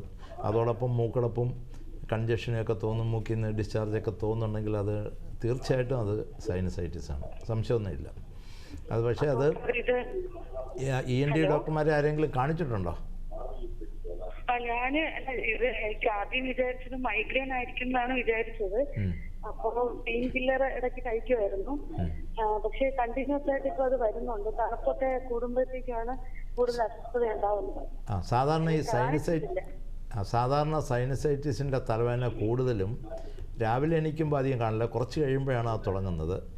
ഒരു ഉച്ച കഴിഞ്ഞ് 3 മണിയൊക്കെ കഴിയുമ്പോഴത്തേക്ക് അത് ക്രമേണ കൂടുതൽ ഇങ്ങനെ വരുന്ന ഒരു സമയത്ത്. അതെ, ആ സമയത്താണ്. നേരെ മറിച്ച് മൈഗ്രെയിനോ അല്ലെങ്കിൽ ടെൻഷൻ ഹെഡേക്ക് എന്നൊക്കെ പറയുന്ന തലവേദനകളുണ്ട്. അത് കൂടുതലും നമുക്ക് ഈവനിങ്ങിലാണ്, നമ്മുടെ ആ ദിവസത്തെ സ്ട്രെസ്സും ഒക്കെ വന്നിട്ടാണ് നമുക്ക് അങ്ങനെയുള്ള ഹെഡേക്കുകൾ വരുന്നത്. അതുകൊണ്ട് അത് തിരിച്ചറിയാൻ പറ്റും. മാത്രമല്ല, ഇത് ഈ മൈഗ്രെയിനൊന്നും ഒരു അറ്റാക്ക് വന്നു ഒരു ദിവസം വന്നു പിന്നെ ചിലപ്പം കുറച്ച് ദിവസങ്ങളോ മാസങ്ങളോ കഴിഞ്ഞായിരിക്കും വരുന്നത്. നേരെ മറിച്ച് സൈനസൈറ്റിസ് വന്നാൽ കുറച്ച് ദിവസം തുടർച്ചയായിട്ട് ഈ വേദന അവിടെ നിൽക്കും. അപ്പോൾ അതിൽ നിന്നൊക്കെ നമുക്ക് തിരിച്ചറിയാൻ പറ്റും. പക്ഷേ ഇത് ശരിക്കും പറഞ്ഞാൽ കൺഫേം ചെയ്യണമെങ്കിൽ നമുക്ക് ഒരു ENT ഡോക്ടറെ കാണിച്ച് നമുക്ക് ചിലപ്പോൾ ഇവിടെ ഇപ്പം നല്ല എല്ലാ ഹോസ്പിറ്റലിലും ഈ ടെലിസ്കോപ്പ് ഉണ്ട്. അത് വെച്ച് മൂക്ക് കൃത്യമായിട്ട് പരിശോധിച്ച് കഴിഞ്ഞാൽ നമുക്ക് നേരിട്ട് ഉള്ളെല്ലാം കംപ്ലീറ്റ് കാണാം. കാരണം ഈ മൂക്കിന് ഏകദേശം 7.5 സെൻറ്റിമീറ്റർ ലെങ്ത് ഉണ്ട്. നമ്മളിങ്ങനെ വെറുതെ മൂക്ക് നോക്കി ഇങ്ങനെ ലൈറ്റ് അടിച്ച് നോക്കിയാൽ ആ ബഹുഭൂരിപക്ഷം അതിൻ്റെ അകം, പ്രത്യേകിച്ച് ഈ സൈനസ് ഓപ്പൺ ചെയ്യുന്ന ഭാഗങ്ങളൊന്നും കാണാൻ ഒക്കില്ല. അത് പക്ഷേ ഈ ടെലിസ്കോപ്പ് വെച്ച് സൈനോസ്കോപ്പി എന്നാണ് പറയുന്നത്, അത് വെച്ച് നമ്മൾ നോക്കിക്കഴിഞ്ഞാൽ സൈനസിൻ്റെ ഓപ്പണിങ്ങുകൾ കാണാം. അപ്പോൾ അവിടുന്ന് ഡിസ്ചാർജ് വരുന്നുണ്ടോ, ഏത് തരം ഡിസ്ചാർജ് കണ്ടാൽ തന്നെ അതിനകത്ത് ഫംഗസ് ആയിരിക്കുമോ അതോ ബാക്ടീരിയ ആണോ, ഇതെല്ലാം അറിയാൻ പറ്റും. Okay, thank you doctor. അപ്പോൾ ഡോക്ടറെ കാണുന്നതാണ്. ശരി ശരി. ഗായത്രി വിളിച്ചതിന് വളരെയധികം സന്തോഷം. സർ, ഇപ്പോൾ ഗായത്രി സൂചിപ്പിച്ചത് വളരെ പ്രധാനപ്പെട്ട ഒരു കാര്യമാണ്. അതായത് മൈഗ്രെയിൻ്റെ തലവേദന, സൈനസൈറ്റിസിൻ്റെ തലവേദന പലർക്കുമുള്ളൊരു ഡൗട്ടാണ്. എന്നിട്ട് സ്വയം അവർ ഒന്നെങ്കിൽ മൈഗ്രെയിൻ ആയിട്ടോ അല്ലെങ്കിൽ സ്വയം സൈനസൈറ്റിസ് ആയിട്ടോ ട്രീറ്റ് ചെയ്യുന്നവരുണ്ട്. കാരണം ഇതിൽ പ്രത്യേകിച്ച് ചില type of sphenoid sinusitis migraine പോലെ തന്നെ ചിലപ്പം പ്രസൻറ്റ് ചെയ്യാം. പക്ഷേ പൊതുവെ പറയുകയാണെങ്കിൽ ഞാൻ നേരത്തെ സൂചിപ്പിച്ചല്ല, ഈ സൈനസൈറ്റിസിൻ്റെ തലവേദന രാവിലെ ഒരു 8 മണി 9 മണിയൊക്കെ ആകുമ്പോൾ തുടങ്ങും. നമ്മൾ എഴുന്നേറ്റ് ഒന്ന് മൂവ് ചെയ്യുമ്പോഴാണ്. കാരണം ഇതിൻ്റെ ഈ രാത്രി നമ്മളിങ്ങനെ നോർമലി സൈനസിൽ നിന്നുള്ള കഫമൊക്കെ ആ ഗ്രാവിറ്റി കൊണ്ട് കുറേ അങ്ങ് താഴോട്ട് തൊണ്ടയിൽ കൂടെ അങ്ങ് പോവും. പക്ഷേ നമ്മൾ രാത്രി ഇങ്ങനെ ഹൊറിസോണ്ടലായിട്ട് കിടക്കുമ്പോഴാണ് അത് കൂടുതൽ കളക്ട് ചെയ്യും. ആ ഗ്രാവിറ്റി അതിനെ സഹായിക്കത്തില്ല. അപ്പോൾ അങ്ങനെ വരുമ്പം അത് എണ്ണീറ്റ് കുറച്ച് കഴിയുമ്പോഴാണ് അതിൻ്റെ ആ കൺജഷനും അതിൻ്റെ ആ പ്രഷറൊക്കെ കൂടുതലായിട്ട് അനുഭവപ്പെട്ടാണ് തലവേദന തുടങ്ങുന്നത്. അത് ഒരു 10-11 മണിയൊക്കെ ആകുമ്പോൾ മൂർധന്യമായി, പിന്നെ ക്രമേണ ഉച്ച കഴിയുമ്പോൾ അത് സബ്സൈഡ് ചെയ്യും. അങ്ങനെയാണ് ഇപ്പോൾ. പക്ഷേ മൈഗ്രെയിൻ നോർമലി രാവിലെ ഉണ്ടാകാറില്ല, അൺലെസ് നമ്മൾ തലേരാത്രി ഉറങ്ങിയില്ല, അല്ലെങ്കിൽ അമിത ശബ്ദം കേട്ട് വലിയൊരു സിനിമയെ കണ്ടിട്ടൊക്കെ വന്നാൽ ചിലപ്പോൾ അങ്ങനെയൊക്കെ സംഭവിക്കാം. പൊതുവേ ഈ മൈഗ്രെയിനൊക്കെ ഒരു ഉച്ച കഴിയുമ്പോഴൊക്കെയാണ്. കാരണം ആ ചൂടും വെയിലും ഒക്കെ വന്നു കഴിഞ്ഞ് നമ്മളെ ആ അന്നത്തെ ആൻസൈറ്റിയും സ്ട്രെസ്സും ഒക്കെ വരുമ്പം അങ്ങനെയാണ് മൈഗ്രെയിൻ വരുന്നത്. അതുകൊണ്ട് അത് തിരിച്ചറിയാൻ പറ്റും. പൊതുവെ മൈഗ്രെയിൻ തന്നെ ക്ലാസിക്കൽ മൈഗ്രെയിൻ ഉണ്ട്. ക്ലാസിക്കൽ മൈഗ്രെയിൻ എന്ന് പറയുന്നത് യൂഷ്വലി അത് ഒരു സൈഡ് മാത്രമേ വരത്തുള്ളൂ. വന്നാൽ മൈഗ്രെയിൻ്റെ ഒരു പ്രത്യേകത എന്ന് പറഞ്ഞു കഴിഞ്ഞാൽ നമുക്ക് ആ തലവേദനയിലുപരി അതുമായിട്ട് ഒരു കമ്പയർ ചെയ്യാൻ വയ്യാത്ത വിധത്തിലുള്ള ക്ഷീണം, ശബ്ദം കേൾക്കുമ്പോഴുള്ള ഒരു ഇറിറ്റേഷൻ, ലൈറ്റ് കാണുമ്പോഴുള്ള ഇറിറ്റേഷൻ, ആ കൂടെ ഒരു മൂഡ് ഓഫ്, ഇമോഷണൽ ചേഞ്ച്, ഇതൊക്കെ മൈഗ്രെയിൻ്റെ ഭാഗമായിട്ട് സംഭവിക്കാം. അപൂർവം ചിലർക്കൊക്കെ ചിലപ്പോൾ തുടങ്ങുന്നതിന് മുമ്പ് തന്നെ കണ്ണിനൊരു ബ്ലറിങ് വന്നെന്ന് വരും, കൈക്കോ കാലിന് മരവിപ്പൊക്കെ വരും, ശബ്ദവും ലൈറ്റും ശബ്ദം ലൈറ്റ് കേൾക്കാൻ. അപ്പോൾ മിക്കവാറും നല്ല മൈഗ്രെയിൻ ഉണ്ടെങ്കിൽ നമ്മൾ കട്ടിലേക്ക് കിടക്കേണ്ടി വരും. വേറെ സൈനസൈറ്റിസ് ഉള്ളവർ അതും കൊണ്ടൊക്കെ നടക്കാൻ പറ്റും. അപ്പോൾ അത് അതിൻ്റെ സിവിയറിറ്റിയും മറ്റുള്ള സിംറ്റംസും കൂടെ നോക്കിയിട്ടാണ് നമുക്ക് ഡയഗ്നോസ് ചെയ്യാൻ പറ്റും. പിന്നെ നേരത്തെ ഞാൻ പറഞ്ഞ പോലെ ഇത് നമ്മൾ എൻഡോസ്കോപ്പ് വെച്ച് നമ്മൾ മൂക്കും ഒക്കെ നോക്കിക്കഴിഞ്ഞാൽ 99% നമുക്ക് കൃത്യമായിട്ട് അറിയാൻ പറ്റും. കാരണം സൈനസിൻ്റെ ഓപ്പണിങ്ങിൻ്റെ ആ ഏരിയയൊക്കെ കാണുമ്പോൾ നമുക്ക് അവിടെ ഇൻഫെക്ഷൻ ഉള്ളിടത്താണെങ്കിൽ നല്ല ചുമന്ന് ഇൻഫ്ലമഡ് ആയിട്ടിരിക്കും, അല്ലെങ്കിൽ ഡിസ്ചാർജ് കാണും ഇങ്ങനെ മഞ്ഞാറത്തിലോ ഒക്കെ വരുന്നത്. അപ്പോൾ അത് കാണുമ്പോൾ നമുക്ക് കറക്റ്റായിട്ട് അറിയാം. പ്രത്യേകിച്ചും ഈ സ്ഫീനോയിഡ് സൈനസ് ഞാൻ പറഞ്ഞില്ലേ, ഏറ്റവും പുറയുള്ള സൈനസിന് വരുന്ന ഇൻഫെക്ഷൻ ചിലപ്പോൾ മൈഗ്രെയിൻ പോലുള്ള അതേ ഈവനിങ് ആഫ്റ്റർനൂണൊക്കെ തലവേദന തുടങ്ങി വരുന്നതൊക്കെ സംഭവിക്കാം. അതും നമുക്ക് ഈ ടെലിസ്കോപ്പിൽ കൂടെ നോക്കിക്കഴിഞ്ഞാൽ പലരും എനിക്കൊന്ന് തലവേദന ഒരു രോഗമായിട്ടാണ് കാണുന്നത്. അതൊരു രോഗലക്ഷണമല്ലേ? 100% തലവേദനയ്ക്ക് 100 കാരണങ്ങളുണ്ട്. പനി എന്നൊക്കെ പറയുന്ന വയറുവേദന, നെഞ്ചരിച്ചിൽ എന്നൊക്കെ പറയുന്ന സിംറ്റം, അതിന് വളരെയധികം കാരണമുണ്ട്. അതിൽ ഏറ്റവും കൂടുതൽ എനിക്ക് തോന്നുന്ന തലവേദനയുടെ പ്രധാന കാരണം നമ്മുടെ സ്ട്രെസ് റിലേറ്റഡ് ആയിട്ടുള്ള ഹെഡേക്ക്, ടെൻഷൻ ഹെഡേക്ക് എന്ന് പറയും. അതോടൊപ്പം രണ്ടാമത് വരുന്നത് ഈ പറഞ്ഞ മൈഗ്രെയിനാണ്. പ്രത്യേകിച്ച് ഇപ്പം നമ്മുടെ ചെറുപ്പക്കാരും എല്ലാവരും മലയാളികൾ പൊതുവെ എല്ലാവരും ടെൻഷനിലാണ്. പണ്ടുള്ള ഒരു 25-30 വർഷം മുമ്പുള്ള ഒരു അവസ്ഥയല്ല. അപ്പോൾ അത് വളരെയധികം കാണുന്നുണ്ട്. പക്ഷേ ഈ കോവിഡിന് ശേഷം ഞാൻ കാണുന്ന ഒത്തിരി സൈനസ് ഇൻഫെക്ഷൻസ് കാണുന്നുണ്ട്. കാരണം കോവിഡ് നമ്മുടെ ഇമ്മ്യൂൺ സിസ്റ്റത്തിനെ ഭയങ്കരമായിട്ട് അഫക്റ്റ് ചെയ്യും. കോവിഡാണ് വാക്സിൻ ആണെന്ന് പലർക്കും സംശയമുണ്ട്. അതെല്ലാം പഠനങ്ങൾ നടന്നുകൊണ്ടിരിക്കുക, നമുക്കറിയില്ല, കൃത്യമായിട്ട് അറിയില്ല. പക്ഷേ കോവിഡ് ഡെഫിനറ്റ്ലി അത് നമ്മുടെ ഇതിനെ ഇമ്മ്യൂൺ സിസ്റ്റത്തിനെ ഭയങ്കര, അതുകൊണ്ടാണ് പലർക്കും അത് കഴിഞ്ഞ് നടുവേദന, ഈ ജോയിൻറ്റ് പെയിനുകൾ, പലർക്കും ആസ്മ, ശ്വാസം മുട്ടലുകൾ, ഇങ്ങനെ അവരുടെ മാനസിക പ്രശ്നങ്ങൾ, ഡിപ്രഷൻ, അതൊക്കെ വന്നത്. അപ്പോൾ അതുപോലെ ഈ സൈനസൈറ്റിസ് വളരെ കോമൺ ആയിട്ടുണ്ട്. കുട്ടികളിലാണെങ്കിൽ ഈ കോവിഡിന് ശേഷം ഞങ്ങളെല്ലാം കാണുന്നത്, ഇന്ത്യക്കാർ കാണുന്നതാണ് ആഡിനോയിഡ് വീക്കം. ഈ വീക്കവും വന്നിട്ടുണ്ട്. സർ, നമുക്ക് ഇനി ഏകദേശം നമ്മൾ രോഗലക്ഷണങ്ങളെ പറ്റി പറഞ്ഞു. ഇനി അടുത്ത സംശയം സർ, നമുക്കിങ്ങനെ ഒരു ലക്ഷണങ്ങൾ നമുക്ക് ഉണ്ട് എന്ന് നമ്മൾ കൺഫേം ചെയ്തെങ്കിൽ നമ്മൾ എങ്ങനെയാണ് ഇത് ഡയഗ്നോസ് ചെയ്യുന്നത്? എന്തെല്ലാം പരിശോധനകളാണ് നമ്മൾ ചെയ്യേണ്ടത്? സാധാരണ ഇതിൽ ഒരു അക്യൂട്ട് സൈൻ, ഇപ്പോൾ ഒരു 3-4 ദിവസമായിട്ട് മുമ്പൊരു ജലദോഷം വന്നു, ഇപ്പം ഇവിടെയൊക്കെ ഒരു പെയിൻ ഉണ്ട് എന്നൊക്കെ പറയുകയാണെന്നുണ്ടെങ്കിൽ നമുക്കത് തീർച്ചയായിട്ടും നമുക്കതൊരു വേറെ പരിശോധന വേണ്ട, ഒരു എക്സ്പീരിയൻസ്ഡ് ഡോക്ടർക്ക് അത് കറക്റ്റായിട്ട് ഡയഗ്നോസ് ചെയ്യാൻ പറ്റും. പക്ഷേ അത് കൂടുതൽ ദിവസം നിൽക്കുകയാണെങ്കിൽ, പക്ഷേ ഒരു 2 ആഴ്ചയായിട്ടും വേദന മാറുന്നില്ല, അല്ലെങ്കിൽ മൂക്കിൽ നിന്ന് ഒരു സൈഡിൽ നിന്ന് കൂടുതൽ ഡിസ്ചാർജ് വരുന്നു, അങ്ങനെയൊക്കെയുള്ള സിറ്റുവേഷനിൽ നമ്മൾ സിമ്പിളസ്റ്റ് എന്ന് പറയുന്നത്, ഏറ്റവും സിമ്പിളായിട്ട് ചെയ്യാവുന്നൊരു കാര്യം, നമ്മൾ ഈ എൻഡോസ്കോപ്പ് വെച്ച് മൂക്ക് പരിശോധിക്കുക. അതിന് വേറെ റേഡിയേഷൻ്റെ എഫക്റ്റ് ഇല്ല, എക്സ്റേ എടുക്കുന്നതിനുള്ള ഒരു റേഡിയേഷനോ അങ്ങനെയുള്ള കാര്യങ്ങളൊന്നുമില്ല. അത് പരിശോധിക്കുകയും അതോടൊപ്പം ചിലപ്പോൾ നമുക്കൊരു സാധാരണ ബ്ലഡ് ടെസ്റ്റ് കൂടെ നോക്കേണ്ടി വരും. അതായത് ഇത് ഫംഗൽ ഇൻഫെക്ഷൻ ആണോ, ബാക്ടീരിയൽ ഇൻഫെക്ഷൻ ആണെങ്കിൽ അതിനകത്ത് ബ്ലഡ് കൗണ്ടൊക്കെ കൂടിയിരിക്കും, ESR ഒക്കെ കൂടിയിരിക്കും. അപ്പോൾ അങ്ങനെയുള്ള കാര്യങ്ങളും കൂടെ നമുക്ക് പരിശോധിക്കേണ്ടി വരും. അങ്ങനെ നമുക്ക് ഈ അക്യൂട്ട് സൈനസൈറ്റിസ് സാധാരണഗതിയിൽ കണ്ടുപിടിക്കാൻ യാതൊരു പ്രയാസമില്ല. അതിന് കൂടുതൽ പരിശോധനകളുടെ ആവശ്യമില്ല. ഇത് OPയിൽ ഇരുന്ന് തന്നെ നമുക്കിതെല്ലാം ചെക്ക് ചെയ്ത് നോക്കാവുന്നതാണ്. നേരെ മറിച്ച് ക്രോണിക് സൈനസൈറ്റിസിന് തീർച്ചയായിട്ടും ഒരു കൺഫ്യൂഷൻ വരാം. അത് നമുക്ക് ഏതാണോ, മൈഗ്രെയിൻ ആണോ അതോ അലർജിയാണോ എന്നൊക്കെ നമുക്കറിയാൻ പറ്റും, സംശയം കാണാം. അങ്ങനെയുള്ള കേസുകളിൽ ഡെഫിനറ്റ്ലി പ്രിലിമിനറി പരിശോധന എന്ന് പറയുന്നാൽ ഈ എൻഡോസ്കോപ്പി എന്ന് പറയുന്ന ടെലിസ്കോപ്പ് വെച്ച് മൂക്ക് പരിശോധിക്കാം. എന്നിട്ട് അതിനകത്ത് ഒരു ഇൻഫെക്ഷൻ ഉണ്ടെന്ന് ചെറിയൊരു കണ്ടാൽ പോലും അത് എത്രമാത്രം സിവിയറാണ് എന്നൊക്കെ ഉള്ളതും, സർജറി വേണ്ടി വരും, ഒബ്സ്ട്രക്ഷൻ സൈനസിനകത്ത് വേറെ പോളിപ്സോ അതിനകത്ത് പോളിപ്സോ അങ്ങനെയൊക്കെ ഉള്ളോ എന്നൊക്കെ അറിയണമെങ്കിൽ നമ്മൾ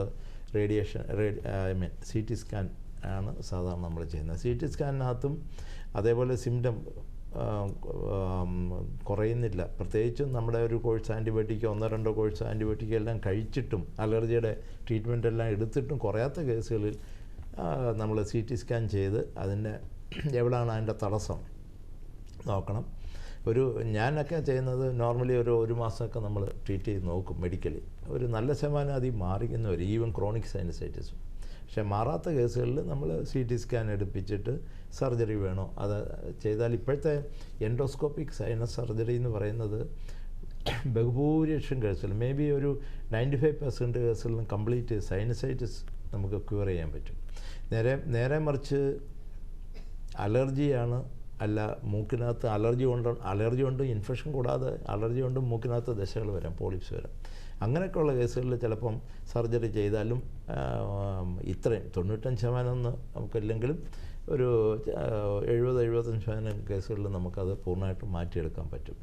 എങ്കിൽ പോലും ഇത് ഫോളോ അപ്പ്, അതായത് പലരുടെയും ഒരു ധാരണ, സൈനസൈറ്റിസ് ഞാൻ ഓപ്പറേറ്റ് ചെയ്തു കംപ്ലീറ്റ് മാറി, പക്ഷേ അത് പോരാ. അത് റെഗുലറായിട്ടുള്ള ഒരു ഫോളോ അപ്പ്, അതായത് ഇടയ്ക്കിടയ്ക്ക് ഡോക്ടറെ നോക്കി അത് ചെക്ക് ചെയ്യിക്കുക എന്നുള്ളത് വളരെ പ്രധാനം. കാരണം ഇപ്പം നമ്മൾ അപ്പൻഡിസൈറ്റിസ് എന്ന് പറയുന്ന രോഗം നമ്മൾ ആ അവയം എടുത്തു കളയുകയാണ്.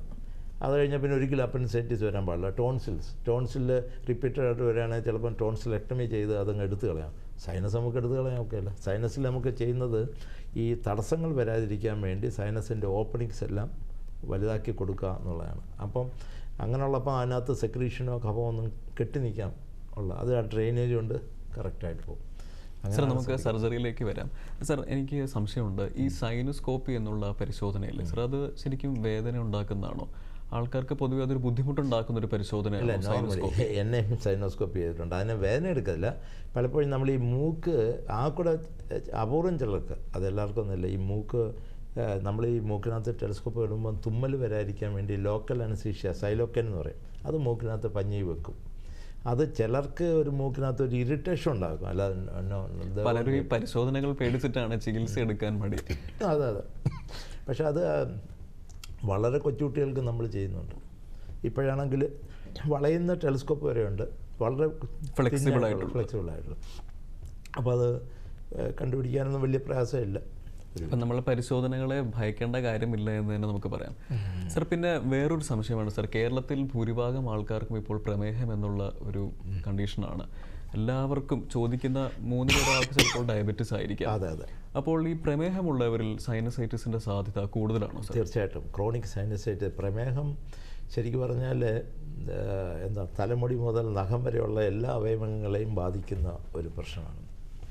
പ്രത്യേകിച്ചും ഈ കോവിഡിന് ശേഷം ഡയബറ്റീസിൻ്റെ ഇൻസിഡൻസും ലൈഫ് സ്റ്റൈൽസും എല്ലാം ഭയങ്കരമായിട്ട് കൂടിയിട്ടുണ്ട്. ആൾക്കാരുടെ സ്ട്രെസ്സ് കൂടി, ഉറക്കം കുറഞ്ഞു, അങ്ങനെ ഒത്തിരി പേരുണ്ട്. അപ്പം ഈ ഡയബറ്റീസ് വരുമ്പം ഫംഗൽ ഇൻഫെക്ഷൻ വരാനുള്ള ചാൻസ് വളരെ കൂടുതലാണ്.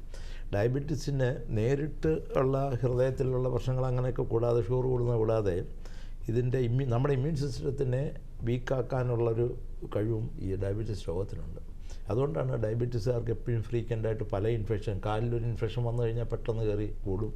അതേപോലെ നമ്മുടെ സർക്കുലേഷൻ കുറയുന്ന ഒരു രോഗം കൂടാണ്. ഈ രക്തക്കുഴലിനെയും കൂടെ ബാധിക്കുന്നുണ്ട്. ഈ ഹൈ കൺട്രോൾ ഇല്ലാതെ, ഷുഗർ കൺട്രോൾ ഇല്ലാതെ പോകുന്ന വേളയിൽ വലിയ രക്തക്കുഴലിനെയും ബാധിക്കാം, ചെറിയ രക്തക്കുഴലുകളെയും ബാധിക്കാം. അപ്പോൾ അതുകൊണ്ട് ഒരു സർക്കുലേഷൻ കുറയാം. സർ, നമ്മൾ പ്രമേഹവും സൈനസൈറ്റിസിനെ പറ്റിയാണ് നമ്മൾ സംസാരിച്ചുകൊണ്ടിരുന്നത്. അതായത് നമ്മുടെ ശരീരത്തിൻ്റെ സ്വാഭാവികമായ രോഗപ്രതിരോധ ശേഷിയെ പ്രമേഹം കുറയ്ക്കുന്നു. അതുകൊണ്ട് സൈനസൈറ്റിസ് ഉള്ളവർക്ക് കോംപ്ലിക്കേഷൻസും സങ്കീർണതകളും വരാനുള്ള സാധ്യത കൂടുതലാണ്, അല്ലേ സർ? അതെ. അതായത് അത് 3 വിധത്തിലാണ് ഈ പ്രമേഹം നമ്മുടെ രോഗപ്രതിരോധ ശക്തിയെ കുറയ്ക്കുന്നത്, പ്രത്യേകിച്ച് ഇൻഫെക്ഷൻസൊക്കെ കൂട്ടുന്നതിൻ്റെ കാരണം. അതിൽ ഒന്ന്, നേരത്തെ ഞാൻ സൂചിപ്പിച്ചാൽ നമ്മുടെ ഇമ്മ്യൂൺ സിസ്റ്റം തന്നെ വീക്കാവും ഈ പ്രമേഹം വന്നു കഴിയുമ്പോൾ.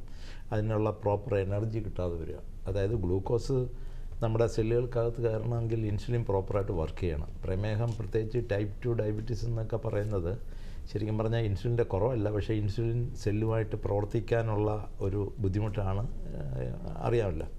അപ്പോൾ അതാണ് ഒരു പ്രധാന കാരണം. അതുകൊണ്ട് ഇമ്മ്യൂൺ സിസ്റ്റം പൊതുവെ അങ്ങനെയുള്ള ഒരു വീക്കാണ്. രണ്ടാമത് രോഗപ്രതിരോധ ശക്തി. രണ്ടാമത് ഈ പ്രമേഹത്തിൻ്റെ ഒരു രക്തത്തിൽ ബ്ലഡ് ഷുഗർ കൂടുമ്പം ആ ബ്ലഡ് ഷുഗർ എന്ന് പറയുന്നത് ഒരു ലെവൽ കഴിഞ്ഞ് കഴിഞ്ഞാൽ അത് ടോക്സിക്കാണ്. നമ്മുടെ പ്രത്യേകിച്ച് ആ രക്തക്കുഴലിനകത്തൊരു ലൈനിങ് ഉണ്ട്, എൻഡോത്തീലിയം എന്ന് പറയും. എൻഡോത്തീലിയം അത് നോൺ സ്റ്റിക്കിംഗ് ലെയറാണ്. ആ ലെയറിനെ ഇത് ഡാമേജ് ചെയ്യാം. അതുകൊണ്ട് എന്ത് പറ്റുമെന്ന് പറഞ്ഞാൽ ക്രമേണ ചെറിയ രക്തക്കുഴലുകൾ അടഞ്ഞു പോവുക, അല്ലെങ്കിൽ വലിയ രക്തക്കുഴലുകൾ അടഞ്ഞു പോവുക, അങ്ങനെയുള്ള പിന്നെ അതിൻ്റേതായിട്ടുള്ള പ്രശ്നങ്ങൾ വരും. അപ്പം രക്തോട്ടം ശരിക്കും പറഞ്ഞാൽ നമ്മുടെ രോഗപ്രതിരോധ സെല്ലുകൾ, കോശങ്ങൾ എന്ന് പറയുന്നത് വൈറ്റ് കോർപ്പസിൽസാണ് പ്രധാനമായിട്ടും. അപ്പോൾ ആ രക്ത ആവശ്യത്തിന് അവിടെ എത്താനുള്ള പ്രയാസം അളവ് കുറയാണ്. പിന്നെ മൂന്നാമതൊരു കാര്യം, ഈ ബ്ലഡ് ഷുഗർ തന്നെ, രക്തത്തിലെ ഷുഗർ കൂടുന്നത് ശരിക്കും പറഞ്ഞാൽ വൈറസിനും ബാക്ടീരിയയൊക്കെ വളരെ ഒരു നല്ല ആഹാരമാണ്, കൾച്ചർ മീഡിയയാണ്. ആ ഷുഗർ കൂടുന്നതുകൊണ്ടും ഈ പറഞ്ഞ പ്രശ്നങ്ങൾ വരും. അപ്പോൾ 3 വിധത്തിൽ അത് നമ്മുടെ ഇങ്ങനെയുള്ള ഇൻഫെക്ഷൻസ് കൂട്ടും. അതാണ് പ്രധാനമായിട്ട്. അപ്പോൾ അതുകൊണ്ടാണ് ഈ കോവിഡ് വന്നപ്പം ഡയബറ്റീസും കൂടെ ഉള്ളവർക്കാണ് ഏറ്റവും കൂടുതൽ കോംപ്ലിക്കേഷൻസ് ഉണ്ടായത്, ഇൻഫെക്ഷൻസ് എല്ലാം വന്നത്. ഈ എത്രയും ഈ ഫംഗൽ ഇൻഫെക്ഷൻസ് എല്ലാം ഉണ്ടായതിൻ്റെ കാരണം, അത് പ്രധാന കാരണം ഇതിൻ്റെ കാരണം ഇതുകൊണ്ടാണ്. സർ, ഈ സൈനസൈറ്റിസും കാലാവസ്ഥാ വ്യതിയാനവുമായി എന്തെങ്കിലും ബന്ധമുണ്ടോ സർ? ഇപ്പോൾ നമ്മൾ പെട്ടെന്ന് തണുപ്പ്, പെട്ടെന്ന് ചൂട്, അങ്ങനെയുള്ള കാലാവസ്ഥാ വ്യതിയാനങ്ങൾ ഇതിനെ ബാധിക്കുന്നുണ്ടോ? തീർച്ചയായിട്ടും. അതായത് സൈനസൈറ്റിസ് എന്ന് മാത്രമല്ല, നമ്മുടെ ഇമ്മ്യൂൺ സിസ്റ്റം പൊതുവേ നമ്മുടെ പെട്ടെന്നുള്ള കാലാവസ്ഥ ചേഞ്ചസിന് അത് ബുദ്ധിമുട്ടാണ്. ഇപ്പം തന്നെ പണ്ടൊക്കെ ഉള്ള ആൾക്കാർ ഇപ്പോഴും അത് റിയലാണ്. അതായത് നമ്മളൊരു മഴ നനഞ്ഞു, തലയിൽ വെള്ളം വീണു, അവിടെ തന്നെ നമ്മുടെ ബോഡി അതിനെ പ്രതികരിക്കുന്നത് നമ്മുടെ ശരീരത്തിലെ രക്തക്കുഴലുകളെ ചുരുക്കിയിട്ടാണ്. അതായത് നമ്മുടെ ശരീരത്തിൻ്റെ ഉള്ളിൽ നിന്നും ഊർജവും ചൂടും വെളിയിൽ പോകരുത്. അതുകൊണ്ട് നമ്മുടെ രക്തക്കുഴലുകൾ ചുരുങ്ങും. ഞാൻ നേരത്തെ സൂചിപ്പിച്ചല്ല, രക്തക്കുഴലിൽ ചുരുങ്ങി കഴിയുമ്പോൾ സർക്കുലേഷൻ കുറയും, ഇമ്മ്യൂൺ സിസ്റ്റം വീക്കാവുകയും ചെയ്യും. അതുകൊണ്ടാണ് തലയിൽ വെള്ളം വന്നു കഴിഞ്ഞാൽ ജലദോഷവും തൊണ്ടവേദനയും അങ്ങനെയുള്ളതൊക്കെ വരുന്നതിൻ്റെ പ്രധാന കാരണം. അപ്പോൾ സർ പറയുകയാണെങ്കിൽ ഏകദേശം ഈ സൈനസൈറ്റിസും കാലാവസ്ഥാ വ്യതിയാനവുമായ വ്യത്യാസമുണ്ട്. പ്രത്യേകിച്ചും സർ താപനില, അതായത് നമ്മൾ അന്തരീക്ഷത്തിലെ താപനിലയും ഈ സൈനസൈറ്റിസുമായി ബന്ധമുണ്ടോ? ഉണ്ട്. അതായത് നമ്മളിപ്പം പ്രത്യേകിച്ച് മലയാളികൾ നേരത്തെയൊക്കെ ഒരു നല്ല കാലാവസ്ഥയായിരുന്നു. ഇപ്പോൾ അടുത്തായിട്ട് ഉഷ്ണം കൂടി, വേർപ്പ് കൂടി. അപ്പോൾ വേർപ്പ് കൂടുമ്പോൾ നമ്മുടെ പെട്ടെന്ന് നമ്മളൊരു മുറിക്കുള്ളിലോട്ട് കയറുന്നു, ആ വേർപ്പ് എവാപ്പറേറ്റ് ചെയ്യുമ്പോൾ നമ്മുടെ ശരീരം പെട്ടെന്ന് തണുക്കുന്നു. അങ്ങനെ ഈ ചേഞ്ചസ് ഓഫ് ടെമ്പറേച്ചർ എപ്പോഴും വലിയൊരു പ്രശ്നമാണ്. അത് നേരെ മറിച്ച് ഇപ്പം ഞാൻ കണ്ടിട്ടുണ്ട്, യൂറോപ്പിലൊക്കെ പോകുന്നവർ ഈ ഭയങ്കര തണുപ്പത്ത് പോലും അവർ ഈ ഗ്ലാസ്സിലൊക്കെ ഈ കൊക്കക്കോളയൊക്കെ ഐസിട്ട് കുടിക്കുന്നത് കണ്ടിട്ടുണ്ട്. അവർക്കൊരു കുഴപ്പം നോർമലി വരാറില്ല. കാരണം അവരുടെ ചുറ്റുപാടുമുള്ള അറ്റ്മോസ്ഫിയർ ആ രീതിയിൽ തണുപ്പായിട്ട് പൊരുത്തപ്പെട്ടിരിക്കുന്നത്. നമുക്കത് പറ്റത്തില്ല. ഇവിടെ ഐസിട്ട് വെള്ളം കുടിച്ച് കഴിഞ്ഞാൽ ഉടനെ തൊണ്ടവേദന വരും. അങ്ങനെ അപ്പോൾ അതുകൊണ്ട് നമ്മുടെ കാലാവസ്ഥ ഒരു വലിയ ഇമ്പോർട്ടൻ്റ് കാര്യമാണ്. ഈ അടുത്ത കാലത്തായിട്ട് ഈ ഗ്ലോബൽ വാർമിംഗ് വന്നത് ഒരു പക്ഷേ ഈ കോവിഡൊക്കെ ഇത്രയും കാഠിന്യമായിട്ടുണ്ടാകാനും പല ഇൻഫെക്ഷൻസും ഉണ്ടാകാനും പ്രത്യേകിച്ച് ഈ റെസ്പിറേറ്ററി സിസ്റ്റമായിട്ട് ചുമ, പനി, ഈ അടുത്ത കാലത്ത് എന്തൊക്കെ വൈറസ് ഇൻഫെക്ഷൻസാണ് വരുന്നത്, ഇതിൻ്റെയൊക്കെ ഒരു പ്രധാന കാരണം നമ്മുടെ ഗ്ലോബൽ വാർമിംഗ് ആണ്. കേരളത്തിലെ ടെമ്പറേച്ചർ എനിക്ക് തോന്നുന്നത് ഒരു 50 കൊല്ലം കൊണ്ട് ഏകദേശം ഒരു 4 ബേസ് ടെമ്പറേച്ചർ 5 ഡിഗ്രിയെങ്കിലും കൂടിയിട്ടുണ്ട്. നമ്മുടെയൊക്കെ കൊച്ചിലെ ചെറുപ്പത്തിലൊക്കെ ശരിക്കും പറഞ്ഞാൽ മകരം എന്നൊക്കെ പറയുന്ന മകരമാസം എന്നൊക്കെ പറഞ്ഞാൽ ഭയങ്കര കിടുങ്ങലാണ്. അവിടെ മകരമഞ്ഞ് ഇതിപ്പോൾ അതൊന്നും നമ്മുടെ നാട്ടിൽ ഇവിടെ ഒന്നും കാണാനില്ല. ആ ഒരു ടെമ്പറേച്ചറിൻ്റെ വ്യത്യാസം തീർച്ചയായിട്ടും നമ്മുടെ എല്ലാം രോഗപ്രതിരോധ ശക്തി, ഇമ്മ്യൂൺ സിസ്റ്റത്തിനെ എല്ലാം ഭയങ്കരമായിട്ട് ബാധിച്ചിട്ടുണ്ട്. സർ, നമുക്കൊരു കോളർ ഉണ്ട്. നമസ്കാരം, സാമൂഹ്യ പാഠത്തിലേക്ക് സ്വാഗതം. ഇതാരാണ്? Hello, good afternoon. എൻ്റെ പേര് സംഗീത എന്നാണ്, കോഴിക്കോട് നിന്ന് വിളിക്കുന്നു. ശരി സംഗീത, എന്താണ് സംശയം? സാർ, രാവിലെ എഴുന്നേക്കുന്ന സമയത്ത് നല്ല തുമ്മലുണ്ട്. അത് അലർജിക്ക് ഉള്ളതാണ് എനിക്ക് ചെറുതായിട്ട്. അത് സൈഡിലേക്ക് അറിയാൻ വേണ്ടിയിട്ടായിരുന്നു. അതെ, അത് ഈ അലർജി ശരിക്കും പറഞ്ഞു കഴിഞ്ഞാൽ നമ്മുടെ ശരീരമെല്ലാം ഒരു ബയോളജിക്കൽ 24 മണിക്കൂറോളം വരുന്ന ഒരു ബയോളജിക്കൽ ക്ലോക്കിലാണ് പ്രവർത്തിക്കുന്നത്. അത് നമ്മളെ മാത്രമല്ല, എല്ലാ ജീവജാലങ്ങളും ഈ സൂര്യനുമായിട്ട് ബന്ധപ്പെട്ട ഒരു ക്ലോക്കുമായിട്ട് ബന്ധപ്പെട്ടാണ്. നമ്മൾക്ക് ഓരോ ടൈമിനും ഓരോ പ്രത്യേകതയുണ്ട്. ഉദാഹരണമായിട്ട് രാവിലെ എണീക്കുമ്പോൾ നമ്മുടെ ടെമ്പറേച്ചർ 1 ഡിഗ്രി കുറവായിരിക്കും, വൈകിട്ട് 6 മണിയാകുമ്പോൾ അത് കൂടുന്നുണ്ട്. അതേപോലെ നമ്മൾ ആ സമയത്ത് രാവിലെ എണീക്കുമ്പോൾ നമ്മുടെ ഉറക്ക സമയത്തെല്ലാം നമ്മുടെ ഇമ്മ്യൂൺ സിസ്റ്റമൊക്കെ റെസ്റ്റ് എടുക്കുന്ന സമയമാണ്. അതുകൊണ്ട് രാവിലെ നമ്മുടെ ഇമ്മ്യൂൺ സിസ്റ്റം പൊതുവെ കുറച്ച് വീക്കായിരിക്കും. അതുകൊണ്ടാണ് അലർജി റിലേറ്റഡായിട്ടും വാദവും ഇമ്മ്യൂണിറ്റി ആയിട്ട് ബന്ധപ്പെട്ട രോഗമാണ്. അതെല്ലാം ഈ വെളുപ്പിനെ കൂടുന്നതിൻ്റെ പ്രധാന കാരണം. അലർജി ഉള്ളപ്പം അതൊരു കാര്യം. രണ്ടാമത് നമ്മളൊക്കെ ചെയ്യുന്ന ഒരു കാര്യം, മലയാളികൾ പ്രത്യേകിച്ച് ഈ നമ്മുടെ ബെഡ്റൂമെല്ലാം നമ്മൾ അടച്ചിട്ടിട്ടാണ് നമ്മൾ കിടക്കുന്നത്. നമ്മുടെ ഉച്ഛ്വാസവായുവിൽ നിന്ന് വരുന്ന ഈർപ്പം അത് ശരിക്കും നമ്മുടെ ബെഡ്റൂമിലെല്ലാം ഇങ്ങനെ കിടപ്പുമുറിയിലെല്ലാം തങ്ങി നിന്നിട്ട് ഏറ്റവും കൂടുതൽ കേരളത്തിൽ അലർജി ഉണ്ടാക്കുന്ന ഒരു വസ്തു ഫംഗസാണ്. അതിൻ്റെ സ്പോറുകൾ അന്തരീക്ഷം മുഴുവനുണ്ട്. അത് നമ്മുടെ ബെഡ്റൂമിനകത്ത് വളരെ കൂടുതലായിരിക്കും. അതുകൊണ്ട് ഈ കരിമ്പിനൊക്കെ തുണിയിടുമ്പം കരിമ്പിനെ ഫംഗസൊക്കെ പിടിക്കുന്നത്. അതുകൊണ്ട് ഈ അലർജി ഉള്ളവരോട് ഞാൻ എപ്പോഴും പറയാറുണ്ട്, കഴിവതും ഡേ ടൈമിൽ ജനൽ മുഴുവൻ തുറന്നിടണം. ഈവൻ രാത്രിയിലും 1-2 ജനൽ തുറന്നിടുന്നത് എപ്പോഴും നല്ലതാണ്. ഈവൻ ഞാനൊക്കെ ആണെങ്കിൽ AC ഇട്ടാൽ പോലും ഒരു ജനൽ തുറന്നിട്ട് AC ഇടാറുള്ളൂ. കാരണം ആ സർക്കുലേഷൻ ഓഫ് എയർ വളരെ ഇമ്പോർട്ടൻ്റ് ആണ്. ഈ ഫംഗസ് പ്രിവെൻറ്റ് ചെയ്യാൻ അത് വളരെ നല്ലതാണ്. പിന്നെ രണ്ടാമതൊരു കാര്യം അലർജി ഉണ്ടാക്കുന്നത് ഹൗസ് മൈറ്റ് എന്ന് പറയും. അതായത് മൂട്ടയുടെ ആകൃതിയുള്ള ചെറിയ മൈക്രോസ്കോപ്പിക്, നേരിട്ട് നമുക്ക് കാണാൻ ഒക്കില്ല. അത് ശരിക്കും പറഞ്ഞു കഴിഞ്ഞാൽ നമ്മുടെ ശരീരത്തിൽ നിന്ന് തൊലിയിൽ നിന്നൊക്കെ വീഴുന്ന സെല്ലുകളും കൂടെ തിന്നാണ് അത് ജീവിക്കുന്നത്. നമ്മുടെ ബെഡിൽ അത് ധാരാളം കാണും. അതുകൊണ്ട് ഞാൻ അലർജിക്കാരോട് പറയുന്നൊരു കാര്യം, കഴിവതും ആഴ്ചയിൽ 2-3 പ്രാവശ്യം ആയാലും കുഴപ്പമില്ല, ഈ ബെഡ്ഷീറ്റും തലയണ കവിയനും നമ്മൾ മാറ്റിക്കൊണ്ടിരിക്കണം. അതുപോലെ തറ 1-2 ദിവസമെങ്കിലും തറയൊന്ന് തുടയ്ക്കുക. ഇതെല്ലാം ബെഡ്റൂമിലും വീട്ടിനകത്തും വളരെ ഇമ്പോർട്ടൻ്റ് ആണ്. പിന്നൊരു കാര്യം, നമ്മുടെ പെറ്റ്സ്, അതായത് പട്ടി പൂച്ചയൊക്കെ നമ്മളെ വീടിനകത്ത് വളർത്തുന്നൊരു ശീലം ഇപ്പോൾ കൂടി വരികയാണ്. അത് കഴിവതും നമുക്ക് അവോയ്ഡ് ചെയ്യണം. പാറ്റ, പൂച്ച, ഇതിൻ്റെയൊക്കെ കാഷ്ടങ്ങൾ അതിനകത്ത് കടന്നു കഴിഞ്ഞാൽ അതും വേറൊരു അലർജിയുടെ കാരണങ്ങൾ. അതുകൊണ്ട് നമുക്ക് ഈ അലർജിയുടെ ഇത് ബെഡ്റൂമിൽ നിന്ന് അതിൻ്റെ കാരണങ്ങൾ മാറ്റുന്നതിനോടൊപ്പം പിന്നെ പൂമ്പൊടികൾ ആണ് 4-മത്തെ ഒരു കാര്യം. പക്ഷേ പൂമ്പൊടികൾ നമുക്കൊന്നും ചെയ്യാൻ നോക്കില്ല. കേരളം നല്ല ഇഷ്ടം പോലെ പ്ലാന്റ്സും ഒക്കെ ഉള്ളതായതുകൊണ്ട് പൂമ്പൊടികൾ കുറേ കാണും. എങ്കിലും ബാക്കിയുള്ള കാര്യങ്ങൾ നമുക്കത് പ്രിവെൻറ്റ് ചെയ്യാൻ പറ്റും. അതേപോലെ വെളുപ്പിനെ എണ്ണീക്കുന്ന അലർജിക്കാർ കഴിവതും ഒരു 6-6:30 ശേഷം എണ്ണീക്കുന്നതായിരിക്കും നല്ലത്. ആ വെളുപ്പിന് 5 മണി 5:30 മക്കളെ വിടാനൊക്കെ ആയിട്ട് പ്രത്യേകിച്ച് സ്ത്രീകൾ എണ്ണീറ്റ് കഴിഞ്ഞാൽ അത് വലിയ പ്രയാസമാണ്. കാരണം ആ സമയം അലർജി, നമ്മുടെ ഇമ്മ്യൂൺ സിസ്റ്റം വീക്കായതുകൊണ്ട് അലർജി ക്രിയേഷൻ വരാനുള്ള സാധ്യത വളരെ കൂടുതലാണ്. തുമ്മൽ തുടങ്ങിക്കഴിഞ്ഞാൽ പിന്നെ അതൊരു കണ്ടിന്യൂസ് പ്രോസസ്സാണ്. ഞാൻ പ്രത്യേകിച്ച് പറയുന്ന ഒരു കാര്യം, നല്ലതായിട്ട് വെള്ളം കുടിക്കണം. നമ്മുടെ ഇമ്മ്യൂൺ സിസ്റ്റം കറക്റ്റായിട്ട്, രക്തോട്ടം കറക്റ്റായിട്ട് നടക്കണമെന്നുണ്ടെങ്കിൽ നമ്മളിപ്പം നമ്മുടെ വെസ്റ്റേൺ കൺട്രീസിൽ ബുക്കിൽ എഴുതി വെച്ചിരിക്കുന്നതിൻ്റെ അത്രയും വെള്ളം ഇവിടെ കേരളത്തിൽ കുടിച്ചാൽ പറ്റില്ല.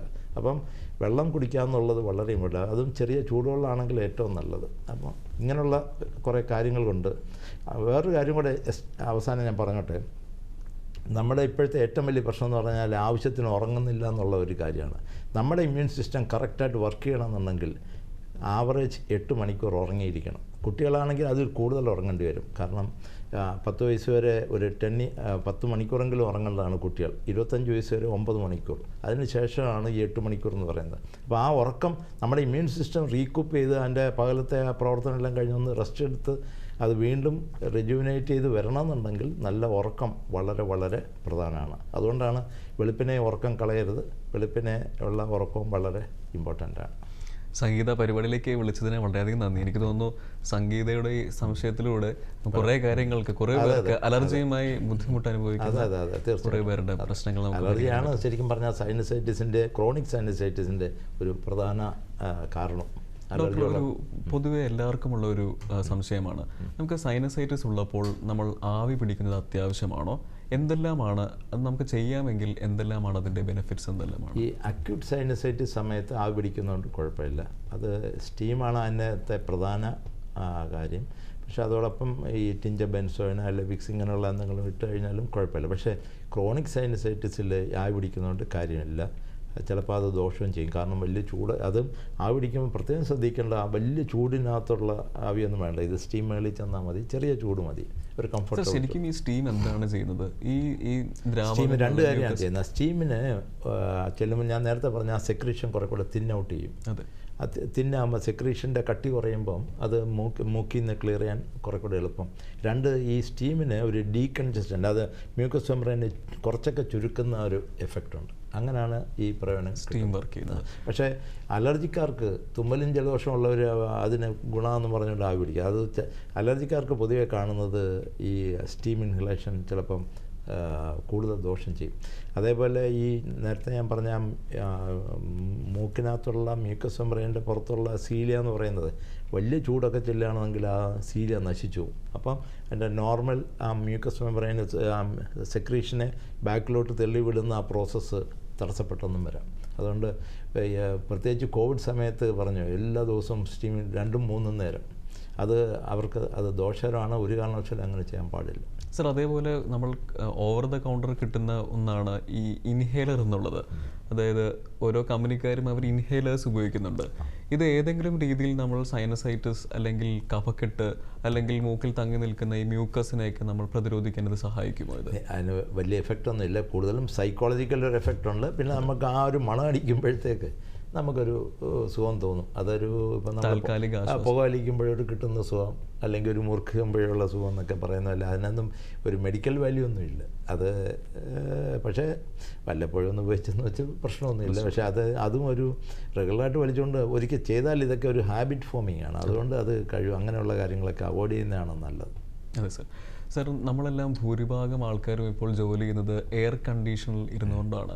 അല്ലെങ്കിൽ പ്രത്യേകിച്ചും ഈ താപനില ഉയരുന്നത് കാരണം എയർ കണ്ടീഷൻ ഇല്ലാതെ, AC ഇല്ലാതെ നമുക്ക് ജോലി ചെയ്യാൻ പറ്റാത്തൊരവസ്ഥ തന്നെ മാറിയിരിക്കുകയാണ്. ഈ AC-യിൽ നമ്മൾ ധാരാളം ഇരിക്കുന്നത് കാരണം, അല്ലെങ്കിൽ AC-യിൽ നിന്ന് പുറത്തു പോവുകയും അകത്ത് വരികയും എല്ലാം ചെയ്യുന്ന കാരണം നമുക്ക് ഈ സൈനസൈറ്റിസ് ഒക്കെ ട്രിഗർ ചെയ്യാനുള്ള സാധ്യതയുണ്ട്. AC-യെ പറ്റി പറയുകയാണെങ്കിൽ നമ്മൾ നേരത്തെയൊക്കെ മുമ്പൊക്കെ നമുക്ക് വിൻഡോ AC ആയിരുന്നു നമ്മൾ ഉപയോഗിച്ചുകൊണ്ടിരുന്നത്. അതെ അതെ.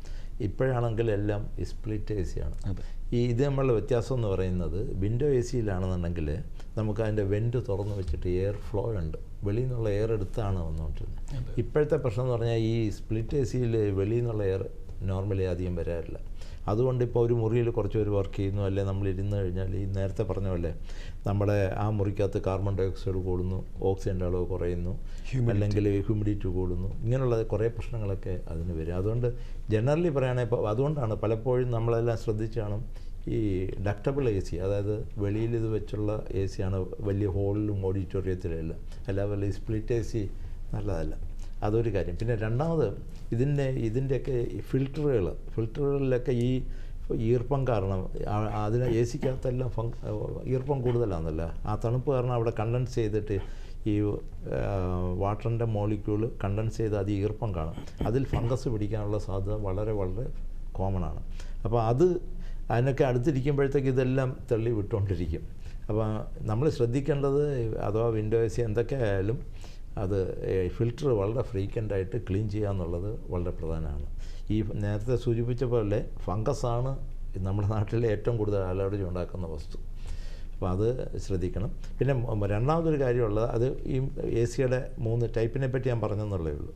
പിന്നെ രണ്ടാമതൊരു കാര്യം, ഈ നമ്മളൊരു പെട്ടെന്നുള്ള ടെമ്പറേച്ചർ ചേഞ്ച്, ശരീരത്തിൽ വരുന്ന ടെമ്പറേച്ചർ ചേഞ്ച് ഈ രക്തക്കൊഴലുകളെ പെട്ടെന്ന് ചുരുക്കുകയൊക്കെ ചെയ്യും. അതുകൊണ്ട് നമ്മൾ നേരെ മറിച്ച് സ്വല്പം ഇരുന്ന് കഴിയുകയാണെങ്കിൽ അത് നമുക്ക് ക്രമേണ ഒരു സ്റ്റഡി ലെവലായിരിക്കും. എൻ്റെ അഭിപ്രായത്തിൽ കേരളത്തിൽ ഞാനൊക്കെ ആണെങ്കിൽ എൻ്റെ കൺസൾട്ടേഷൻ മുറിയിലും എ സി ഇടയ്ക്കൊക്കെ ഉപയോഗിക്കാറുണ്ട്. ബെഡ്റൂമിലും കുറച്ച് ആദ്യം ഉറങ്ങുന്ന സമയത്ത് ആരംഭത്തിലൊന്ന് തണുപ്പിക്കാൻ വേണ്ടി നമ്മൾ ഇടാറുണ്ട്. പക്ഷേ ഐഡിയൽ ഞാനിടുന്ന ഒരു 26 ഡിഗ്രിയിൽ ഇടാറുള്ളൂ. തീരെ അപ്പം നമ്മൾ നേരെ മറിച്ച് വെസ്റ്റേൺ കൺട്രീസിലൊക്കെ പോയാൽ 19-20 അവർ കിടും. പക്ഷേ നമ്മുടെ അന്തരീക്ഷത്തിലെ ചൂടിനേക്കാളും 2-3 ഡിഗ്രി താഴെ മാത്രമേ നമ്മൾ എ സി ഇടാറുള്ളൂ. അതിൽ കൂടുതൽ ഇടുന്നത് ആരോഗ്യത്തിന് നല്ലതല്ലെന്നാണ്. പ്രത്യേകിച്ച് ഈ മൂക്കിനും തൊണ്ടയ്ക്കും വരുന്ന ഇൻഫെക്ഷൻസ് അതൊക്കെ പിന്നെ അഥവാ അലർജിക്കാരോ അല്ലെങ്കിൽ തൊണ്ടവേദനയൊക്കെ വരുന്നവർക്ക്, ത്രോട്ട് പെയിനൊക്കെ വരുന്നവർക്ക് ഇപ്പോഴും ഞാൻ എ സി കിടക്കുകയാണെങ്കിൽ കഴുത്തിലൊരു ചെറിയ മഫ്ലർ പോലെ എന്തെങ്കിലും ചുറ്റി കിടക്കുന്നത്, ഈ കഴുത്ത് പ്രൊട്ടക്റ്റ് ചെയ്യുന്നത് വളരെ ഇമ്പോർട്ടൻ്റാണ്. അതുകൊണ്ട് എ സിയിലിപ്പം ഇരിക്കാതിരിക്കാൻ പാടില്ല, പക്ഷേ പറ്റില്ല ഇപ്പോഴത്തെ അവസ്ഥയിൽ. എങ്കിൽ പോലും അത് ഈ കാര്യങ്ങൾ ശ്രദ്ധിക്കുക. ടെമ്പറേച്ചർ കഴിവതും എത്രയും കൂട്ടി വെക്കാൻ നോക്കുക. അതൊരു കാര്യം. എനിക്ക് തോന്നുന്നു നമ്മളിതൊന്നും അധികം ചർച്ച ചെയ്യാത്ത വിഷയങ്ങളാണ്, വളരെ ചെറിയ കാര്യങ്ങളാണ്. പക്ഷെ അത് വളരെ ശ്രദ്ധിക്കേണ്ടതാണ്. അതേപോലെ ഞാൻ നേരത്തെ പറഞ്ഞില്ലേ, ഞാൻ എൻ്റെ ക്ലിനിക്കോ നമ്മളൊക്കെ ആണെങ്കിൽ വീട്ടിലായാലും ഒരു ജനറൽ ഈ സ്പ്ലിറ്റ് എ സി ആയതുകൊണ്ട്, നേരെ മറിച്ച് വിൻഡോ എ സി ആണ് ഇതിൻ്റെ ഒന്നും ആവശ്യമൊന്നുമില്ല. പക്ഷേ വിൻഡോ എ സിക്കുള്ള കുഴപ്പമെന്ന് പറഞ്ഞാൽ സൗണ്ട്, അതൊരു ചെറിയ പ്രോബ്ലം ആയിരുന്നു. അത് മുറിക്കകത്ത് ഇങ്ങനെ ഇച്ചിരി ഫാനൊക്കെ വരുമ്പോൾ അതിൻ്റെ സൗണ്ട് ഒരു വലിയ ശല്യമാണ്. ഇത് സ്പ്ലിറ്റ് എ സിക്ക് അത് കുറവാണ്. അപ്പോൾ അതുകൊണ്ട് ഈ നമ്മൾ തീരുമാനിക്കുമ്പോൾ ഏതാണ് നമുക്ക് വേണ്ടെന്ന് ചോദിക്കുമ്പോൾ ഇതെല്ലാം കൺസിഡർ ചെയ്തുകൊണ്ട് വേണം നമ്മൾ ഈ കാര്യങ്ങൾ. എനിക്ക് തോന്നുന്നു വളരെ വാലിഡ് ആയിട്ടുള്ള പ്രാക്ടിക്കൽ പോയിന്റ്സ് ആണ് സാറ് പറഞ്ഞത്. സാർ എനിക്ക് തോന്നുന്നു നമുക്ക് ഇനി ചികിത്സയിലോട്ട് കിടക്കാം. സൈനസൈറ്റിസിന്റെ സാർ പറഞ്ഞു 2 തരത്തിലുള്ള കോംപ്ലിക്കേഷൻസ്. അപ്പോൾ ആദ്യം സാർ, ഇപ്പം നമ്മൾ ചികിത്സിച്ചില്ല എങ്കിൽ എന്തെല്ലാം സങ്കീർണതകളിലോട്ട് പോകാം? ഞാൻ നേരത്തെ പറഞ്ഞല്ലേ, ഈ കുട്ടികളിൽ വരുന്ന സൈനസൈറ്റിസ് നമ്മൾ വിചാരിക്കുന്നതിനേക്കാളും ചിലപ്പം കോംപ്ലിക്കേഷൻസ് കൂടുതലുണ്ടാക്കാം. പ്രത്യേകിച്ച് കുട്ടികളിൽ 4-5 വയസ്സുള്ള കുട്ടികളിൽ സൈനസൈറ്റിസ് വന്നു കഴിഞ്ഞാൽ അത് അവരുടെ ഏറ്റവും ഈ നെറ്റിയുടെ ഭാഗത്തുള്ള ഫ്രോണ്ടോസൈനസ് അവർക്ക് വളരെ ലേറ്റായിട്ടാണ് ഡെവലപ്പ് ചെയ്യുന്നത്. സ്ഫീനോട് ഏറ്റവും കണ്ണിൻ്റെ പുറമുള്ള താഴെ പുറയിലുള്ള സൈനസും വളരെ ലേറ്റായിട്ടേ ഡെവലപ്പ് ചെയ്യത്തുള്ളൂ. പക്ഷേ ഈ 5 വയസ്സിൽ എത്തുമോഡ് എന്ന് പറയുന്നത് 2 കണ്ണിന് ഇടയ്ക്കുള്ള സൈനസ് ഡെവലപ്ഡാണ്. അതാണ് ആദ്യം പ്രോപ്പറായിട്ട് ഡെവലപ്പ് ചെയ്യുന്നത്. അപ്പോൾ അത് കാരണം അതിന് ഇൻഫെക്ഷൻ വന്നു കഴിഞ്ഞാൽ വളരെ ഒരു മേ ബി ഒരു 0.2 to 0.5 മില്ലിമീറ്റർ തിക്നെസ്സുള്ള ബോണാണ് കണ്ണിനെയും സൈനസിനെയും സെപ്പറേറ്റ് ചെയ്യുന്നത്. അപ്പോൾ അത് കാരണം പെട്ടെന്ന് ഈ സൈനസിനകത്ത് പസ് ബ്ലോക്കായി അതിനകത്ത് ഇൻഫെക്ഷൻ നിന്ന് ആ പ്രഷർ കൊണ്ട് തന്നെ ഈ ബോൺ അങ്ങ് ദ്രവിച്ചു പോകും, കണ്ണിലോട്ട് ഇൻഫെക്ഷൻ. അതാണ് കോമണസ്റ്റ് റീസൺ. കുട്ടികളിൽ വളരെ കോമണാണ് സൈനസൈറ്റിസ് വന്നു കഴിഞ്ഞാൽ പ്രോപ്പറായിട്ട് ട്രീറ്റ് ചെയ്തില്ലെങ്കിൽ കണ്ണിനകത്തോട്ട് പഴുപ്പ് വരും. കണ്ണിനകത്ത് പഴുപ്പ് വന്നു കഴിഞ്ഞാൽ കണ്ണിൻ്റെ മൊത്തം ഇൻഫെക്ഷൻ വന്നാൽ കാഴ്ച പോയെന്ന് വരാം. അപ്പോൾ അതൊരു വലിയ കാര്യം, കണ്ണ് തള്ളി വരാം, അങ്ങനെയുള്ള കാര്യങ്ങൾ. നമുക്കറിയാം കണ്ണിൻ്റെ ചുറ്റും ഒരു ചുവപ്പ് നിറമൊക്കെ വന്നെന്ന് വരും. അതാണ് കുട്ടികളിലുള്ള പ്രധാന കോംപ്ലിക്കേഷൻ. പക്ഷേ പ്രായമുള്ളവരിലെ കോംപ്ലിക്കേഷനും ഈ കണ്ണിന് കോംപ്ലിക്കേഷൻസ് വരാം. പക്ഷേ പ്രായമുള്ളവർക്ക് കോംപ്ലിക്കേഷൻ കൂടുതലും വരുന്നത് ഈ ഫ്രോണ്ടോസൈനസിൽ നിന്ന് താഴോട്ട് വരാം, കണ്ണിലോട്ട്. അത് കണ്ണിനോട് തൊട്ട് മുകളിലായിരിക്കുന്നത്. അതുകൂടാതെ ഈ അപൂർവം ചില കേസുകളിലൊക്കെ ഇൻഫെക്ഷൻ കാരണം, പ്രത്യേകിച്ച് നമ്മൾ കോവിഡിൻ്റെ സമയത്ത് കണ്ടല്ലോ, ഫംഗൽ ഇൻഫെക്ഷൻ ആണെന്നുണ്ടെങ്കിൽ ഇപ്പോൾ ഡയബറ്റിക്സ് ആണ്, അവരുടെ ഇമ്മ്യൂൺ സിസ്റ്റം എന്തെങ്കിലും കാരണവശാൽ ഇപ്പോൾ ക്യാൻസറിന് ലുക്കേമിയയുടെ ട്രീറ്റ്മെൻറ്റ് എടുക്കുകയാണ്, അങ്ങനെയൊക്കെ ഉള്ളവർക്ക് എപ്പോഴും ഇമ്മ്യൂൺ സിസ്റ്റം വീക്കായിരിക്കും. അങ്ങനെയുള്ളവർക്ക് പെട്ടെന്ന് ഇത് ബ്രെയിനിലോട്ട് വ്യാപിക്കാം ഈ ഫംഗസ്. പ്രത്യേകിച്ച് അത് ഈ മാക്സിലറി സൈനസിൽ നിന്ന് കണ്ണിലോട്ടാണ് കൂടുതൽ പോകുന്നത്, ഈ സൈഡിലുള്ള സൈനസ്. മൂക്കിനകത്തുള്ള എത്തുമോഡ് സൈനസ് അല്ലെങ്കിൽ പുറയിലുള്ള സ്ഫീനോഡ് സൈനസ്, ഇതിൽ നിന്നെല്ലാം പെട്ടെന്ന് ബ്രെയിനിലോട്ട് ഇൻഫെക്ഷൻ പോകാം. ഈ സ്ഫീനോഡ് സൈനസിൻ്റെ സൈഡിൽ കൂടാണ് കാവേണസ് സൈനസ് എന്ന് പറയുന്ന ഒരു രക്തക്കുഴലുണ്ട്. അത് തലയോട്ടിക്കകത്താണോ സർ? അത് ശരിക്കും പറഞ്ഞാൽ സ്ഫീനോഡ് സൈനസിന് ഒരു ഇച്ചിരി ക്യാവിറ്റിയാണ്, അതിൻ്റെ സൈഡ് വാളിലാണ് അതിരിക്കുന്നത്. അതിൻ്റെ തൊട്ടപ്പുറത്ത് ബ്രെയിനാണ്. അപ്പോൾ ഈ ഇതിൽ നിന്ന് ആ കവണ സൈനസിൽ പോയി കഴിഞ്ഞ് കഴിഞ്ഞാൽ കവണ സൈനസിലോട്ടാണ് ഈ കണ്ണിൽ നിന്ന് മുഖത്തു നിന്നുള്ള ഈ രക്തക്കുഴലെല്ലാം ഡ്രെയിൻ ചെയ്യുന്നത്. വെയിൻ അങ്ങോട്ട് രക്തോട്ടം അങ്ങോട്ടാണ് പോകുന്നത്, തിരിച്ചു പോകുന്നത്. അപ്പോൾ ഈ കവണ സൈനസിനകത്ത് ഇൻഫെക്ഷൻ വന്നാൽ അത് ബ്ലോക്കായി പോകും. അതിനകത്തൂടാണ് കരോട്ടിഡ് ആർട്ടറിയും അതിൻ്റെ സൈഡ് അതിനകത്തൂടാണ് പോകുന്നത്. അപ്പോൾ അത് വന്നു കഴിഞ്ഞാൽ അത് ബ്രെയിനിനെ ബാധിക്കാം, ഈ കാഴ്ച പോകും. കാരണം ഈ കണ്ണിൽ നിന്നുള്ള രക്തക്കുഴലും അങ്ങോട്ടാണ് പോകുന്നത്. ആ ബ്ലോക്കായി കഴിഞ്ഞ് കഴിഞ്ഞാൽ അതുകൊണ്ട് ടോട്ടലി ബ്ലൈൻഡ്നെസ്സും വരാം. വളരെ ഗുരുതരമാണ്. അത് വന്നു കഴിഞ്ഞാൽ ആ ഒരു സ്റ്റേജ് വന്നു കഴിഞ്ഞാൽ ചിലപ്പം ഇത് എല്ലാവർക്കും ഒന്നും വരികയല്ല കേട്ടോ. ഇത് അപൂർവമല്ല, പണ്ട് ഇത് കോമൺ ആയിരുന്നു. പക്ഷെ ഇപ്പം നമ്മൾ ആൾക്കാരൊക്കെ അവെയർ ആയതുകൊണ്ടും ആരംഭത്തിലെ തന്നെ ഒത്തിരി നാൾ സൈനസൈറ്റിസ് വെച്ചുകൊണ്ടിരിക്കാത്തതുകൊണ്ടും അത് വളരെ റെയറാണ്. എങ്കിലും ഒക്കേഷണലി ഉണ്ടാവുന്നുണ്ട്. അതുകൊണ്ട് അതുകൊണ്ട് സൈനസൈറ്റിസ് വന്ന ഉടനെ ഇതിനെപ്പറ്റി ഒന്ന് ചിന്തിച്ച ആൾക്കാർ അറിഞ്ഞിരിക്കണം, അത്രയേ ഉള്ളൂ. അത് വളരെ അപൂർവമായിട്ട് കോംപ്ലിക്കേഷനാണ് ഞാൻ ഈ പറയുന്നത്. പിന്നെ മൂന്നാമത്തെ ഒരു പ്രശ്നം എന്ന് പറയുന്നത് ഈ സൈനസിൽ നിന്നുള്ള കഫം തൊണ്ടയിലോട്ട് പോയി ശ്വാസക്കുഴലിലൊക്കെ ഇറങ്ങി കൂടെ റെസ്പിറേറ്ററി ഇൻഫെക്ഷൻ ശ്വാസക്കുഴലിൽ. പിന്നെ അലർജി, ഞാൻ പറഞ്ഞല്ലോ ഈ സൈനസൈറ്റിസ് തന്നെ അലർജി ഉണ്ടാക്കും. അതിനകത്ത് കിടക്കുന്ന ഫംഗസോ അല്ലെങ്കിൽ ബാക്ടീരിയ ഒക്കെ അലർജി ഉണ്ടാക്കുന്ന വസ്തുവായിട്ട് നമ്മുടെ ഇമ്മ്യൂൺ സിസ്റ്റം അതുമായിട്ട് റിയാക്ട് ചെയ്യുമ്പോൾ സാധാരണ അലർജി എന്ന് പറയുന്നത് നമ്മുടെ ഇമ്മ്യൂൺ സിസ്റ്റം നോർമലി വർക്ക് ചെയ്യുന്നത് IgA, IgG, IgM ഇങ്ങനെയുള്ള ഇമ്മ്യൂണോഗ്ലോബുലിൻ വഴിയാണ്. പക്ഷേ അലർജി ഉള്ളവർക്ക് അത് IG വഴിയായിരിക്കും വർക്ക് ചെയ്യുന്നത്. ആ IG ഈ ബാക്ടീരിയയോ ഇതിനെയൊക്കെ നശിപ്പിക്കാൻ അത്ര എഫിഷ്യൻ്റ് അല്ല. അത് കാരണം അതിൽ നിന്നുണ്ടാകുന്ന റിയാക്ഷനിൽ നിന്നുണ്ടാകുന്ന ചില കെമിക്കൽസാണ് ഈ തുമ്മൽ, ചീറ്റൽ, ആസ്മ ഇതുള്ള കാര്യങ്ങളെല്ലാം ഉണ്ട്. സാർ, ഈ സൈനസൈറ്റിസിൽ പലരും പറയാറുള്ള ഒരു കംപ്ലയിൻറ്റ്, സൈനസൈറ്റിസ് ബാധിച്ചിട്ടുള്ള രോഗികൾ പറയാറുള്ള ഒരു കംപ്ലയിൻ്റാണ് ഈ പോസ്റ്റ് നേസൽ ഡ്രിപ്പ്.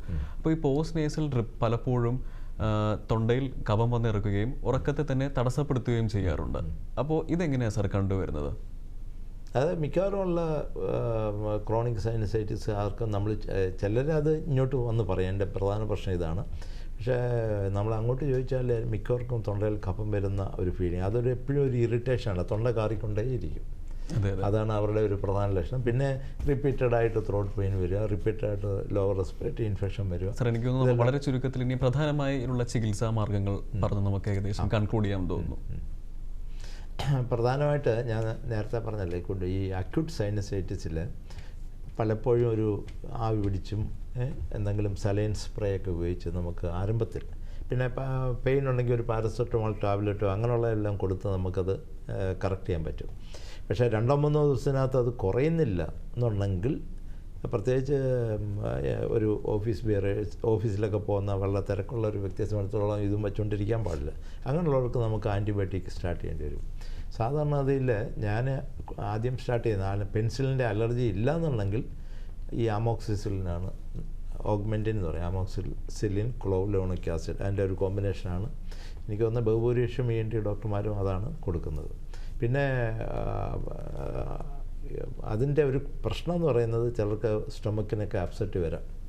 അത് ലോങ് ടൈമിലൊക്കെ കഴിച്ചാൽ ലിവറിനൊക്കെ ചില പ്രശ്നങ്ങളൊക്കെ വരാം. അതുകൊണ്ട് അല്ലെങ്കിൽ പിന്നെ അതർ ഓപ്ഷൻസ് എന്ന് പറഞ്ഞാൽ സെഫലോസ്പോറിൻ എന്ന് പറയുന്ന ഗ്രൂപ്പിൽ വരുന്ന മരുന്നുകൾ നമ്മൾ കൊടുക്കാറുണ്ട്. അതും 2 നേരം ഒക്കെ കഴിച്ചാൽ മതി, ഡെയിലി 2 നേരം. പിന്നെ അസിത്രോമൈസിൻ കൊടുക്കുന്ന വളരെയധികം പേരുണ്ട്. പക്ഷേ ഞാൻ കണ്ടിടത്തോളം എൻ്റെ അനുഭവത്തിൽ ഈ സൈനസൈറ്റിസിന് അസിത്രോമൈസിൻ അത്ര വലിയ എഫക്റ്റീവ് അല്ല. പക്ഷേ ക്ലാരിത്രോമൈസിൻ, അത് അസിത്രോമൈസിൻ്റെ ഗ്രൂപ്പിൽ വരുന്ന ഒരു വേറൊരു മരുന്നാണ്. ക്ലാരിത്രോമൈസിൻ വളരെ എഫക്റ്റീവാണ്. നമ്മൾ ഏത് സ്റ്റേജിൽ ആണ് സർജറി ചെയ്യുന്നത് സർ സൈനസൈറ്റിസ്?